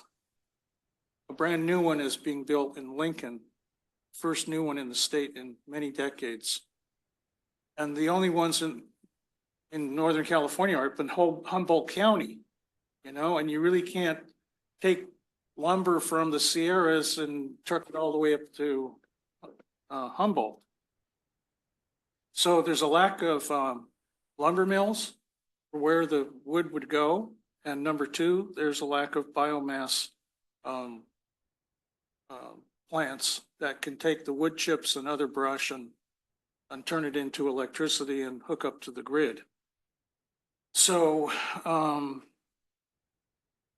been learning a lot. Yuba Water Agency just passed, along with some federal and state funding, was in the news today, building a new biomass plant for clearing out all their forests in their watershed. So I was in the American watershed, the Tahoe Truckee watershed, the Yuba watershed, and the back of the Feather River watershed. So here's the mission that I've had in mind that I would like to express. And I've asked Mr. Stevenson if I could set up a meeting with staff internally to talk over some ideas. Is we don't have anybody protecting the most vital watershed for California, which is the Feather River watershed, serving 27 million people. And if you look at the Feather River watershed, it's bound by Highway 89, 49, and Highway 70, pretty much in one big square. And you only have these tiny little hamlets, no water districts on the circumference and inside of this huge, vast territory of land. And we saw the Thompson fire just 4 days after I was up there go all the way up to the Oroville Dam and scar the whole face of the dam. And now the Park fire that is going, you know, on the other side of the Feather River watershed. And so I was talking to people that are working for CAL FIRE, Forestry Service, the NGOs that are all working with these water districts that are bringing in private funding to assist with the public funding.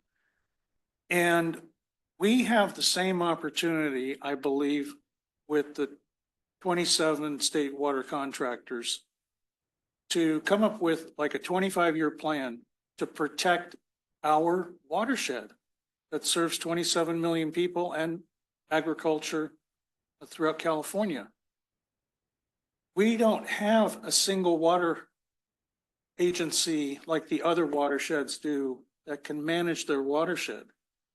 And so I would really like to see us put forward, and Laura is the president of the state water contractors now, try to put together some kind of proposal for us to work with these different federal and state agencies and NGOs for the protection of our watershed. And you can see the destruction that it's doing to the water supplies and the other watersheds. I don't want to get into the details here, but there's a really, I think, a really good case to be made for a return on investment if we proactively work on something like this, and we're all investors in protecting our primary watershed. So if you were wondering why I was wandering all over the place, I was gathering information. So I hope to follow up with Ed and Aziz and see what we can try to draft up. Any feedback from the board on that? I think gathering information on the watersheds is particularly important. The more we know, we're all in the game together. Whether we like it or not, we are all in the game together. And, you know, we may be down here, they may be up there, but the more we know about what they do and how they act, the more they see us, I'm full support. Wish I could go. Maybe one of these days. Well, you know, when it's almost inevitable, if we are not proactive in the Feather River watershed, we're bound to have I'm actually quite shocked that there's nobody up there kind of minding the store. There is nobody. So I think you've got 27 contractors that have a vested interest in protecting the water that goes into Oroville Dam. We better get on it. Those are all my comments. I think closed session. We are ready for closed session if the board is.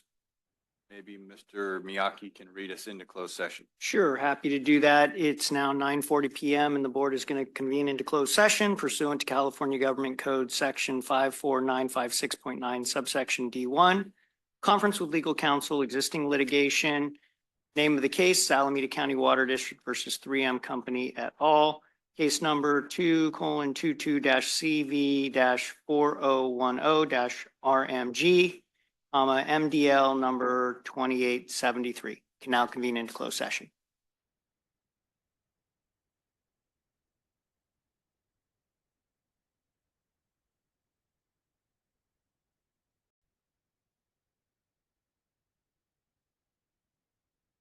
Hey, it's 10:01 PM, 22:01 PM, or 22:01. Will our counsel please read out the closed session? Sure, I'm happy to do that. And just for the record, Director Weed did not participate in the closed session. So there were only the 4 directors who were in the closed session with us. And the board did convene in closed session pursuant to California Government Code Section 54956.9 subsection D1, conference with legal counsel, existing litigation. Name of the case, Alameda County Water District versus 3M Company et al.